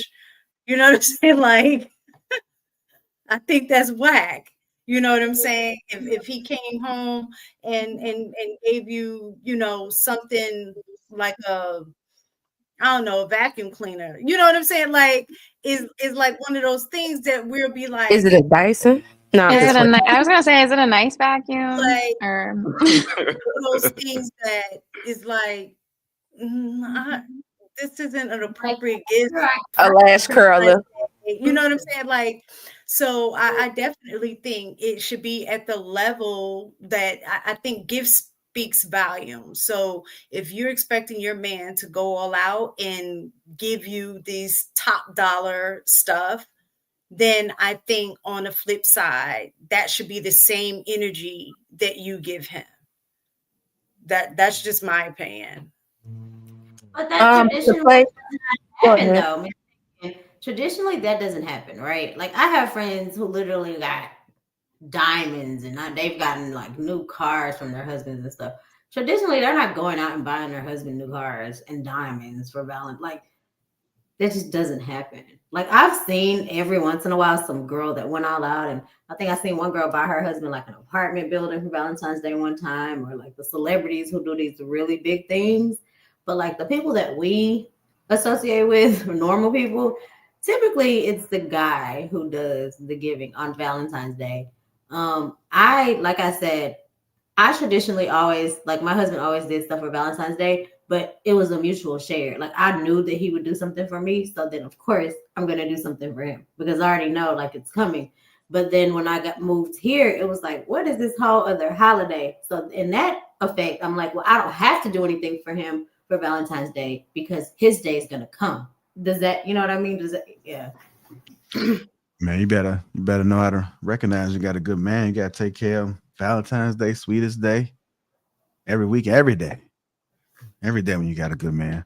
And Valentine's Day is like for couples too, that like you get into this everyday routine of life. Like, the romance dies down. You know, you're dealing with the kids, you're cooking. Like me, I've been running crazy, cheer coach, all of these things. And like sometimes it's nice to like have that reassurance and just that little spark to like spark your relationship back up. So I think that is traditionally like what Valentine's Day was used for in the past. For, I know, especially married people and couples, it's like, oh, that's the one day we actually have a date night and we get to go out, and you know, I'm going to expect to get these flowers because my husband's been lazy for the past 3-4 months, right? So it's kind of like, it's almost like we look forward to it. So for a man to be like, well, what about me? It's like, come on. And you got 3 women. Yeah, I was just going to say that. But to be devil's advocate, when I heard him, he do sound hurt. So I'm like, maybe he should put himself first this year, because him constantly putting other women first is just going to make himself even more hurt. You know what I'm saying? But I feel like when I date, I'm always thinking about like getting my man stuff, not just on Valentine's Day, but like if I'm in the store and I'm like, he was just talking about this game, or he was just talking about this. He just like, I like to cater to my men. And I do feel like when I hear most men talk, they always talking about what they do for their girl, what they do for their girl. They be so, and even on the podcast, it's like the men be so focused on their wives wanting needs that I do feel like men should start putting themselves first in most instances. Like they should just be like, hey, this is what I want. This is what I would enjoy. This is how I like to be loved. This is how I like to be this and that. But the way he was talking, and I think that's why a lot of people was taken aback, it was just coming from a place of hurt. Like, skip them. I don't care about them. In the past, I got nothing. So even though these new bitches ain't got nothing to do with the past, these new bitches finna get nothing, and they all three finna be my Valentine. It's like, what did they do to you though? Like, were they the ones that got you the bearded comb? Like, it was weird the way he articulated it. But I do feel like women should start like caring about men, because I've had some toxic friends, and unfortunately, I thought we was gonna be friends again. But I've had toxic friends, like I've heard their husband say, like, I just want you to tell me you appreciate me. I just want you to tell me you love me. I want you to do this. And he'll be taking care of all the bills. And she's like, that's what your mom's supposed to do. I'm not gonna do all that extra stuff. Like, I'm the woman. Like, I'm not gonna buy him this because I'm, that's what we are. Like, men supposed to take care of me. Like, and I'm not saying most or all people are like that, but those type of people get created when men don't express, hey, I want to be valued too. I want to be recognized too. I want to be loved too. So if it wasn't the sweetest day, I think I would give my man something like, but I do forget about holidays a lot. But if he expressed to me like, hey, this year I wanted something, I'm gonna make sure I'm gonna get my man something. Whatever my man want, he's going to get. Okay, like ain't no pride involved. Like, yes, baby, I got you. Like, we could share this day. Why does it have to be on these? Why does it have to be on these specific days though? Well, you missed the beginning of my statement. I say I'm getting my man with like throughout the year. If I'm in Walmart and he was just talking about this movie, he was just talking about this game, he was talking about this hat, these shoes. He loved basketball, the Bulls coming in town, his favorite team coming in town. I'm getting it for him. I just love loving my man. I don't feel like those special things and being catered to, I don't think that should just be for women. I think men should be catered to too. Like, whatever I could do to cater to you. I remember when my BD was alive, I was like, let me rub your feet. And he never had his feet rubbed before, and he finally did. He was like, hey, this shit nice. Like, I like this. You feel me? I feel like even when he tried to get back with me, if I told him no, and then we finally get to a place where we want to date again, y'all should see what I set up for him. Like, I went to go get a hotel. He loved Pretty Ricky. I'm putting a Pretty Ricky on. He liked these movies. I'm gonna get these movies. I put the roses in the bed. I had his bath water started. I had the petals in the tub. Like, I'm a fan of love. I love love. It's just the way, like I said, the way the guy on the video articulated it, it sounded like he was coming from a place of hurt. And that's what probably made women standoffish, because you talking about the bearded combs, but these three women that you're claiming to be your Valentine have nothing to do with your past. You feel me? So it's like, that's what made it, I think, standoffish. Yeah. Somebody said you put some lotion on them feet first before you start rubbing. I did. Yes, I did. You always need lotion. Whole lot of friction going on there. I'm not gonna be touching y'all feet. I'll hire someone. We can go get a pedicure. Real love is rubbing their feet. Feet though. Real love. Everybody's feet aren't. That's wild. Everybody's feet ain't up to par. Hold tight. I got this one little. Oh. I'm just gonna play one of the guys off this Pop the Balloon episode, man. I had just kind of took a glance at it, and I just was kind of caught off guard off the first one. But I'm just going to just run it through it, just kind of react to that, and then get up out of here. Squeezy last week. Abraham Lacey, $5. First day should be questions on personality only. Don't be digging. So I think I read that one already. Big Ant, $11, says, I don't know what the hell Viz or he talking about. I ain't getting you a damn thing. We equal, remember? If I don't require anything, then you don't need anything. I thought you didn't need me. That boy hurt. Let me just run this right quick, y'all. View and see why you ended up popping. Are we ready, ladies? Yes. All right. So with that being said, let's go ahead and bring out our first single guy. Hello, welcome in. What's your name? I'm Alan. Alan? Yes. How old are you? 35. And what do you do? I'm a truck driver. Okay. Now, what are some things you like to do for fun? I like to travel, go out to eat, read, gain knowledge, go for long walks. Okay, all right. What are some things you look for in a woman? Someone soft, nice, caring, great personality. Okay. Things. Ladies, real quick now, with that voice, are you guys expecting a little bit more masculine voice? Ladies, no. So his The voice is cool.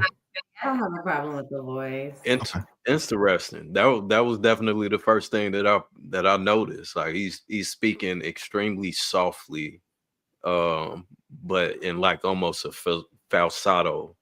You know, He this. makes me feel very comfortable. I will say that. I feel like that's the green flag to me. I'm gonna go ahead Somebody and who play. talks. Go ahead. Yeah, I just want to kind of. So whenever I stop it, just give like a little brief thing so we can get through it. To that. Got it. Now, what are some of your deal breakers? Just communication. You said bad communication? No, just communication. Oh, okay. That's it. So what do you mean, like, as far as that being a deal breaker? Just I just like to communicate one-on-one if we're going out and going out and stuff like that. Sorry. Okay, no problem. Well, we did get a couple of pop balloons. Let's go on over there and see why they ended up popping. Let's start over here.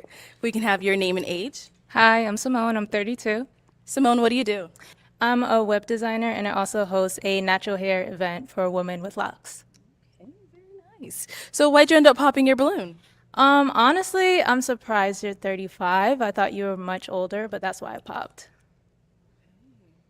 Okay. So now, is she someone that's your type? Yeah, she's very beautiful. Thank you. You're welcome.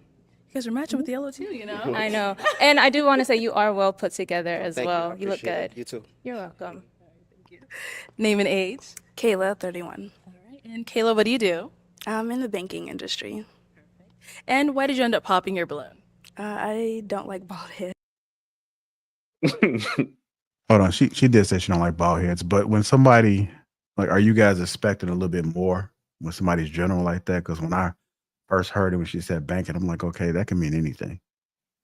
Like, what do you mean you into banking? I thought stripper because if you're a banker, you're gonna say I'm a banker. She's a banking teller. Okay. I was thinking the same thing, bank teller. All right, let me damn, did I skip past it? She go right here. Something there. Too late. Okay. No, not enough. All right. And now is she someone that's your type? Yeah, she's very pretty. I like her bracelets and necklace. Thank you. Nice smile. Thank you. Let's go on over here. Your name and age. Hi, my name is Jessie. I'm 28 years old. And Jessie, what do you do? Hey, when people hear that pop, It was random as hell too. I'm currently a medical student, but prior to that, I was working in special education for 3 years. And why'd you end up popping your balloon? So similar reason, I'm definitely someone who likes hair, but like aesthetically, I do like your outfit. I think you're very well put together too, and I love the chain. Thank you. Thank you. No, same thing here. She's someone that's your type. Yes, very pretty. Thank you. Your name and age. Hi, my name's Jessica. I'm 28. And Jessica, what do you do? I am currently a nurse and I do real estate. And why'd you end up popping your balloon? Honestly, it's the bald head. Because listen, my stepdad is bald and he was mean. Nah, I don't see anything wrong with it. If you don't like bald heads, you don't like bald heads. I'd rather you say you don't like it than to try to go on a date, even though a lot of people it could be a quality man, but if it's something you're not gonna deal with or want to deal with all the time, then it's just not compatible. So I don't see no problem when they say that they don't like hair. Same way if men don't like makeup, they just don't like it. And I just don't talk to bald heads anymore. Like I was. Okay, well, he seems nice though. He seems like a sweetheart, but you seem like somebody that I could walk over and I don't like. I like my man more dominant and like, you know what I'm saying? Okay. I'm sorry. Yeah, but you cute though. Thank you. Just not my type, baby. Okay, thanks. Is she someone that's your type? Yeah, she's pretty. Thank you. I'll definitely approach her. Thank you. Thank you. Name and age. I'm Gabrielle and I'm 34. Gabrielle, what do you do? I'm a marriage and family therapist and an author. And why'd you end up popping your balloon? Honestly, it's the career. Truck drivers, I don't know. I just feel like it's like a lifestyle thing that I'm just not here for. So, yeah. What is it about the lifestyle? I mean, I think just more like, I mean, obviously, I don't know exactly how your specific schedule is, but just kind of being gone on the road a lot and things like that, I just feel like it would be difficult for a relationship. Well, that's the ladies that question too. Is truck driver job? Would you could say that's a deal breaker for a lot of women? I have had 3 friends whose husbands were truck drivers and they were all cheating. And was a truck driver, and we had. I just found out that I have a older brother in LA. Okay, I don't know about you. They're I mean, notorious, I swear. he was in the military. So he was a Marine, and then when he retired, he started driving trucks. So I also have a half brother in Japan as well. But let me just tell you, I don't. That's for that reason. Truck drivers, everybody I know that drives trucks is cheating. Like, because you're never home. You literally work over the road. They are attention deprived because they're sitting there alone all the time. They're in different cities. They can get away with it. So I have 2 friends that date truck drivers, and they take their girls on the road with them. Like And they'll they set the truck up real nice. It's a big truck, and they like, I don't know, and they got married early because I'm only 33, but the 2 friends I know are younger than me. They're younger than 30, but the guy is probably like around my age. And they take their girls on the road with them. Like they be having like lunch dates, and she be sitting there. One dude got like a TV in the truck, and she be playing the game while they be on the road. When she was pregnant and she took her maternity leave, she went with him a lot.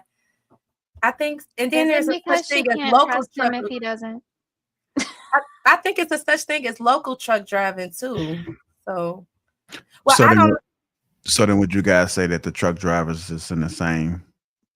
It's in the same boat as flight attendants, Pilots. pilots, like engineers on the train. So they all on the same thing. Police officers, same thing. Okay. Let me go ahead and get into a little bit more of this video. Yeah. Has that ever been a problem for you in past relationships? No, as long as we communicate, you know, I can make time to travel, come see you, or fly you out to come see me, or leave the country. Yeah. I'll still pass, but thank you. All right, Okay. Now she's someone that's your type? Yeah, she's very pretty. Thank you. I was sitting there thinking, man, he's saying she's a little mixed with a little some another race. He was trying to, he wanted to get her balloon back. All right. Your name and age? Hi, my name is Vanessa. I'm 35. And Vanessa, what do you do? I'm a realtor and a flight attendant. And why did you end up popping your balloon? I waited quite a while because I wanted to hear more about what he said when he said that communication was a big factor for him. I liked that. It was more so just commanding the room without doing anything extravagant. It seemed like he was just a little bit more shy than what I typically like. I actually have no problem with being a truck driver. I'm a flight attendant, and that lifestyle of being gone all the time. And I'm not sure if you're an owner operator, but I like that type of flexibility. So. Are you a shy guy? Oh, not really. Oh, not really, not at all. Not really. That nigga's lying. I'm not quite convinced, but that's okay. That's okay. You know, it's been nice. Okay. Yeah. Okay. So Hey, go ahead. I was gonna say, and I think this goes back to the point of what Marcus was saying yesterday and the week before of getting experience with women, because simply with this man, he appears to be a large man in stature, right? He's nervous. Look how he's holding the microphone.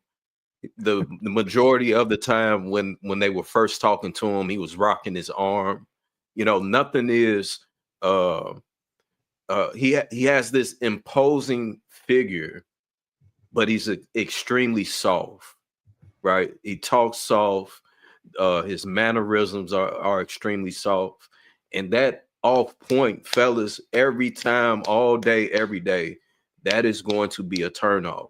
Because just like this woman stated, I feel like I can walk over you, even though she's 6 inches shorter than him.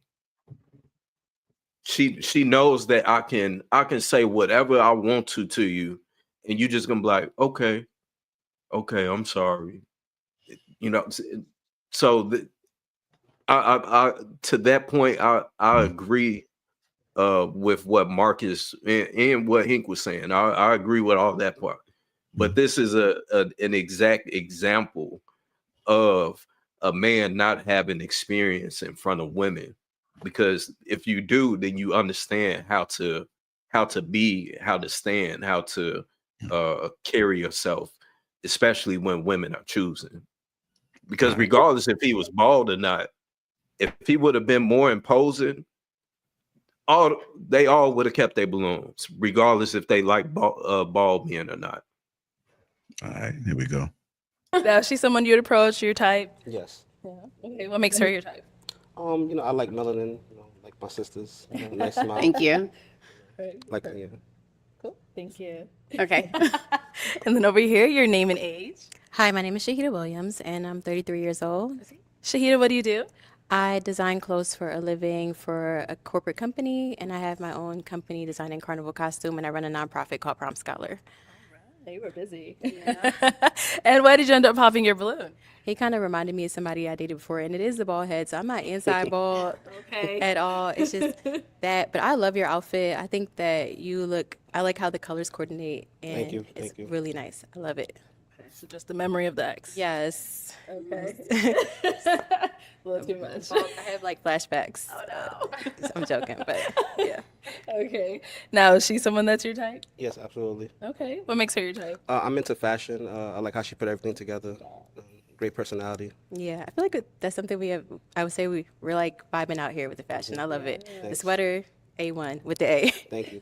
Appreciate it. Thank you. All right, your name and age. Hi, I'm Crystal. I'm 30 years old. Hey, and Crystal, what do you do? I'm a flight attendant. 2 flight attendants, okay. And now, why did you end up popping your balloon? I honestly didn't feel an initial attraction. I love that you like communication. You value that. I don't mind your career because I'm gone a lot too. It's just the initial attraction.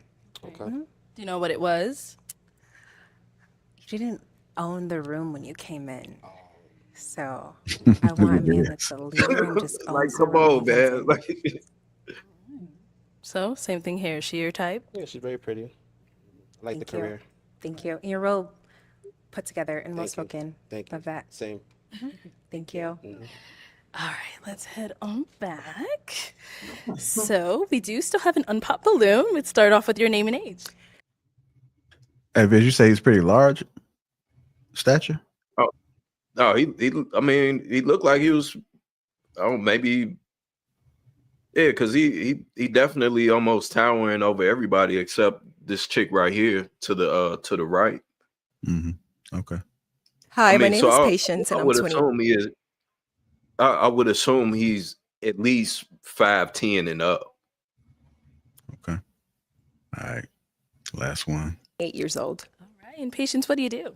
I am in the military, and I'm also in school for my master's. Thank you for your service. Thank you for your support. All right, so you do still have your balloon unpopped. Why so? So I left my balloon unpopped because, first of all, I am not a follower. I do want to be your follower. So do you have what it takes to lead? I absolutely do. Okay. I do have a couple of questions.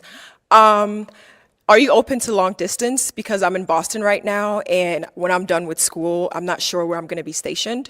So is long distance going to be an issue for you? Not at all. Okay. Secondly, do you have any children? No kids. Oh, word. Okay. I do understand that you're a truck driver, and I'm also in the military, so I definitely understand the hustle and the struggle. So, yeah, so far so good. I liked what I was hearing. I kept my balloon to hear more from you. I do have one more question. Can I ask? If you had a podcast, what would the topic be? Who would the guest speaker be, and why? If I had a podcast, what would it be, and who would the? I could tell she's been. Creep out. I could tell she's been paying attention to like what's been going on. She's trying to see if he's toxic or not. Say it again. Who would be the guest speaker? Like, who would you have on it, and why? The podcast will basically be based on just current life events and what's going on in the community today. Pretty much, I would probably hire somebody, Bullshit. a professional to be my speaker, Okay. or I could just be myself. Okay. Sounds good. You good? Okay. Let me have you scoot on that way. Come on up here, Patience. Come on up here. Come on up here. So she asked a few questions. Do you have any for her? Do you have any kids? Absolutely not. I'm not done taking care of myself to be taking care of kids, but you know, I'm open to it eventually. But I don't have kids. All right. One more question. Sure. Do you like to travel, like out the country? So, I mean, I'm in the military, so I will be traveling. Honestly, I don't travel much. I'm waiting to like share that experience with whoever I do end up with. I've actually never really been in a relationship before, so like I'm saving it for whoever my future person is. It was when I heard that, I was like, what? She said she's saving herself to experience it with somebody. And it sounds like she may be a virgin. So she might be a virgin. Says she's never been in a relationship. I mean, he might come And up. that's the reason Might why have to everybody come else pop their balloons. Let's see. He's the gym so trying to get it. if I can say this real quick, because I was paying attention to the comments too. So, fellas, what I'm saying is that you don't have to go in there looking like a thug and yeah. You don't have to do all of that, right? There's a really amazing book called The Art of Seduction by Robert Greene. Fellas, go pick up the book. If you're a more laid back man, you can still command the room in that role of who you are. All it is simply standing straight. You holding on to the microphone. Woo. You're not doing all of this, and you know what I'm saying. And you got like what? No, man, you don't have to do that. All you got to do is. Hey, come on, man. Hey, come on, man. Hey, I'm trying to teach right now. I'm have his way with you. The Gucci gonna have his way with you. What is it you're trying to teach, Biz? But that's what dude was doing, though. You know what I'm saying? That's what my man's was doing. We all just saw him doing I it. didn't get that vibe from him. Like, JR, I make didn't sure get you that edit vibe. that out. Make sure you edit that out, JR. Oh, look. All that I'm saying is your confidence says everything. And I guarantee you, if he would have been more confident, a lot of those women that pop their balloons would not have done that. Confidence is key. Confidence is everything. Not only when you're amongst women, but when you're conducting business, when you're out in the streets, wherever it is. If you exalt confidence, then people are going to immediately respect you. It don't have shit to do with you being loud or thugged out or none of that shit. He could be the same exact person who he is, but if he's confident, shoulders back, chest out, come on, man. These are basic rules of being a man and controlling the room when you walk in. So yeah, but Viz, you saying that he's making that adjustment. He's going to have to do it on a daily routine, and he's going to eventually go back to default. And that's not who he is. So now you asking a man to change. He's probably been like this for over 30 something years, right? If that's how he's been. He was like that as a kid. He grew up. He matured. He became a man like this. It's going to be hard for that change to going to come up with. But guess what happened, Viz? This man found a woman who's okay with him being a soft-spoken, laid back, don't mind his schedule. There's a lot of beautiful women out here in this world, and there's way more women than men. So there's going to be somebody for him. The option's going to be there for him. He just got to find the right one. Now, most men, you got to be willing on working and finding and doing the work to find the right one. If you want to be lazy and just try to do, you may try to fix something here and there, but it's going to be a temporary thing. It's not going to be something permanent. Find something that's going to be permanent. It's going to like you for you. She likes that man from who he is. She was okay with him. His choice of life. He didn't have no kids. She said, "I'm saving myself to travel with my man, with my husband, with my person." Hey, man, she seemed like she's a pretty good catch. And So look how far, I he mean, took now I the don't know what rejection too. All right, hold tight, y'all. Hold tight. I'm about to play the rest of this so we can get up out here. I'm waiting to like share that experience with whoever I do end up with. I've actually never really been in a relationship before, so like I'm saving it for whoever my future person is. Okay. I have no complaints. Okay. I do have one more question. Okay, go for it. Sorry. Do you think that women should shoot their shot if they're interested in someone? Yeah, absolutely. Okay, so if you're free later today, would you like to go on a date with me? Yeah, I'm trying to go after the show. Oh, say less. Okay. Okay, all right. Let me ask my question then. Is it a yes for you for him? Yes. And is it a yes for you for her? Definitely. We got a match! I'll take the mic, and you guys can go on off. Make some noise for them, ladies! Hey, Can I say JR, something real quick? go back to the little shimmy, man. Go back to the shimmy, JR. Should shoot their shot if they're interested in someone? Yeah, absolutely. Okay, so if you're free later today, would you like to go on a date with me? Yeah, I'm trying to go after the show. Oh, say less. Okay. Okay, all right. Let me ask my question then. Is it a yes for you for him? Yes. And is it a yes for you for her? Definitely. We got a match! I'll take the mic, and you guys can go on off. Make some noise for them, ladies!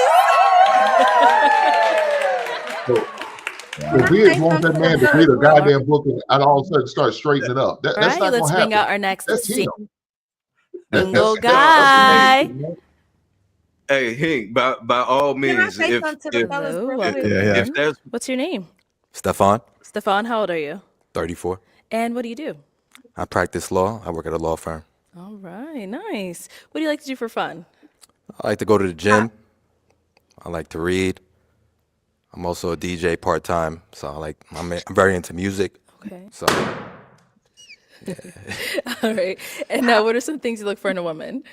right now in my life, I'm looking for a relationship, someone to build something with. Qualities I You look say you for. got confidence? I think the other dude Humbleness, had more confidence than him. self-awareness. I feel that's like he wild has as that's wild as hell Kindness. that you would say that. One, because of He's how he took sitting the down right rejections. now. One, because of how he took the rejections. Two, how he continued to be himself. I'm pretty sure, like he said, being that type of man in this type of world, people probably judge you a lot. But he still came in there swagged out. Hey, you cool, you pretty, you still my type. Most men that like you could fake how confidence look, like how you said, you could come in there back straight and everything. But as soon as those type of men get rejected, they instantly be like, well, you ain't that cute anyway. And look at your toes. And you feel me? He seems soft, but just because you're soft doesn't mean you're not confident. You get what I'm trying to say? That you can't fake confidence. But what you a said, confident man isn't going to attack a woman because she rejected him. exactly. That's not what confident men do. But I said So- how he took his confidence. I said how he took his rejection. He literally was not like, as they were telling him about himself, you could tell he was not fazed because he is confident in who he is. He know he's soft spoken. Or he's used to being turned down. I don't know. I didn't get that bad. I mean, well, I feel like most men men I and feel women like- see things differently, for sure, Yeah, without a doubt. Yeah. To me, Yeah. I mean, he seems like he can, like he's I feel like he dodged bullets. potentially by he's being potentially he's potentially a cool guy. I'm pretty sure he might be a catch, but from what I saw, he seems to be kind of a pushover. You know, even when the young lady was talking to him, she led the conversation. She was asking the questions. She asked him, "What you doing after this?" And all he did was, "Yeah, I do. Yup. Okay. So guess what? if that woman, and it makes sense if she's in the military, because military women are very direct for the most part, especially if their career, they're going to be direct. They're going to want a yes or no or whatever the case may be. So if he's going to fall in line with it, then hey, go for it all day, bro, if that works for you. All that I'm saying is, fellas, if you want the top pick, if you still want that modest woman just like that, but you also want to be in your role of as a man, then yeah, follow these simple guidelines of manhood. That's all that I'm saying. But you can be whoever the fuck you want to. Somebody is gonna like it. But are you gonna get the results that you want from it? So I've That's told all. men this on my page. If you're being rejected by a lot of women, sometimes that's probably a good thing, depending on the women you're going after, because most women ain't shit. Most basic women are just not shit. They're not looking for, like, a lot of their reasons for like cutting him off and stuff like that had to do with childhood trauma. But let a fine light-skinned dude from one of the Tyler Perry movies walk in there with a bald head, 3 inches taller, like you said, with his shoulders back and having a certain thing, they would have overlooked that bald head. You know what I'm saying? It's just certain women, you don't want to be attracted to the. I feel like if you're a quality man, you don't want to just keep attracting basic women. That's how I feel. You're gonna want to attract something different.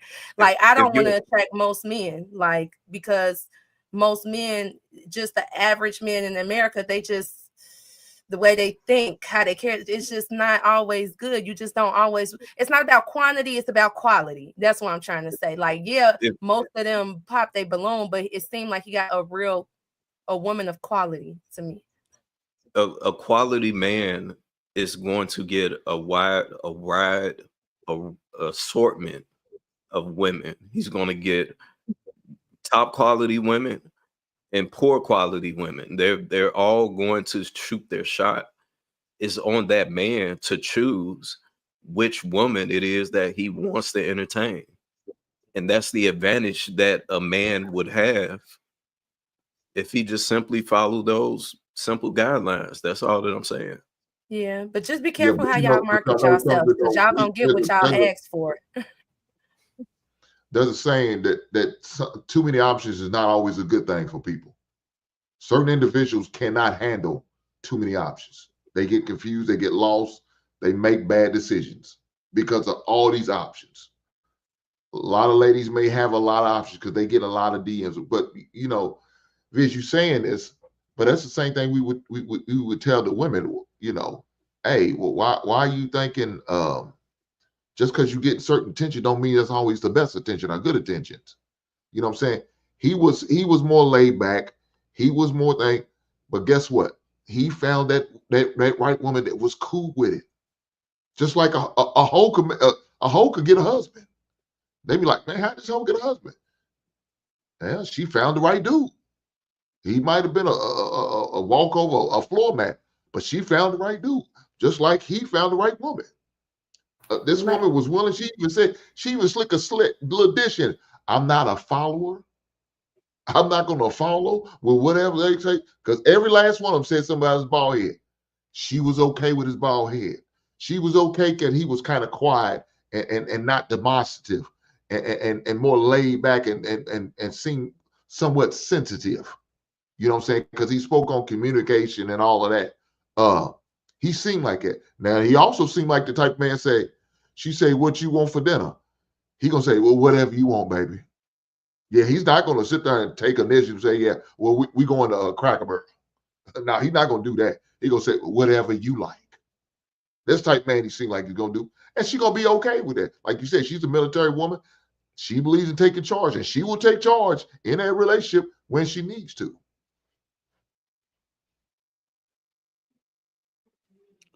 Hey, he had on Tim's and a chain. He has a hard side to him.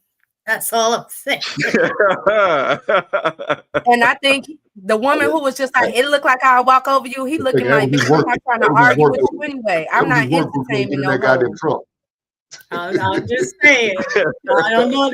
And don't let the soft boys fool you. That's all I'm saying. And you know what's funny? My brother is in a relationship and his girlfriend told me, and they've been in a relationship for a few years now. She said, I've never heard him raise his voice. Like, my brother is very, very soft spoken. But when he is upset and he wants something done, he come out like when I tell you, because he was raised in a house full of women, he hear us bickering, and he's my little brother. He comes out and he just stand there and look. And everybody just like, okay, it's time for us to shut up. We doing too much. It's just some people are just soft spoken. Even when he in public, like he got like a little hunch. They say he look a lot like Obama, but he don't stand like straight either. He just be like, you know, and I feel like if you try to imitate what the average man is, you might be attracted to somebody that's not your type. And now you got to deal with this woman that you got to tame, and you're not even entertaining women. You want a woman that's already tame in her place. Even the girl said it, like she might be a little straightforward, but she said, I'm not a follower, but I'm looking to follow my man. You know what I'm saying? So she probably seen things about him that most women ain't gonna see, or most men ain't gonna see. But if you try to tailor yourself to what the majority wants, you'll end up missing out what's for you. Look, man, Listen, she did what she supposed to do. She took charge. She realized opposites attract, and they are totally opposite from one another. She's a more aggressive, attaboy type woman, and he's more laid back, cool, calm, and collective. They attracted each other. Why? Because they the opposite. Look, she said, do you mind if a woman shoots a shot? And guess what she did? Right after she said no, she shot her shot. Did what she had to do. He was okay with that. Why? Because he's more laid back. He's hoping a woman shoot a shot at him instead of him going to the woman. He was okay with that. They gonna be a perfect match. I promise. It's gonna be a perfect match. Excited, man. He got excited. Love is love. Love is love. How Hank, realistically, how long do you think that's gonna work? With his type personality, it's gonna last. It's gonna last a while. He doesn't. Look again. He's gonna cater to her. He's gonna be the one, like you said, Viz. He's gonna make sure he's gonna have a Valentine's gift for every Valentine's. He ain't gonna be looking for nothing. He gonna always be looking for her. That's gonna be right. All right, let me go ahead and close us out, man. We can chill in the back chat. Thank you guys for tuning in tonight. Make sure you hit the like button. Also, make sure you subscribe to the channel. Thank y'all, and we are out.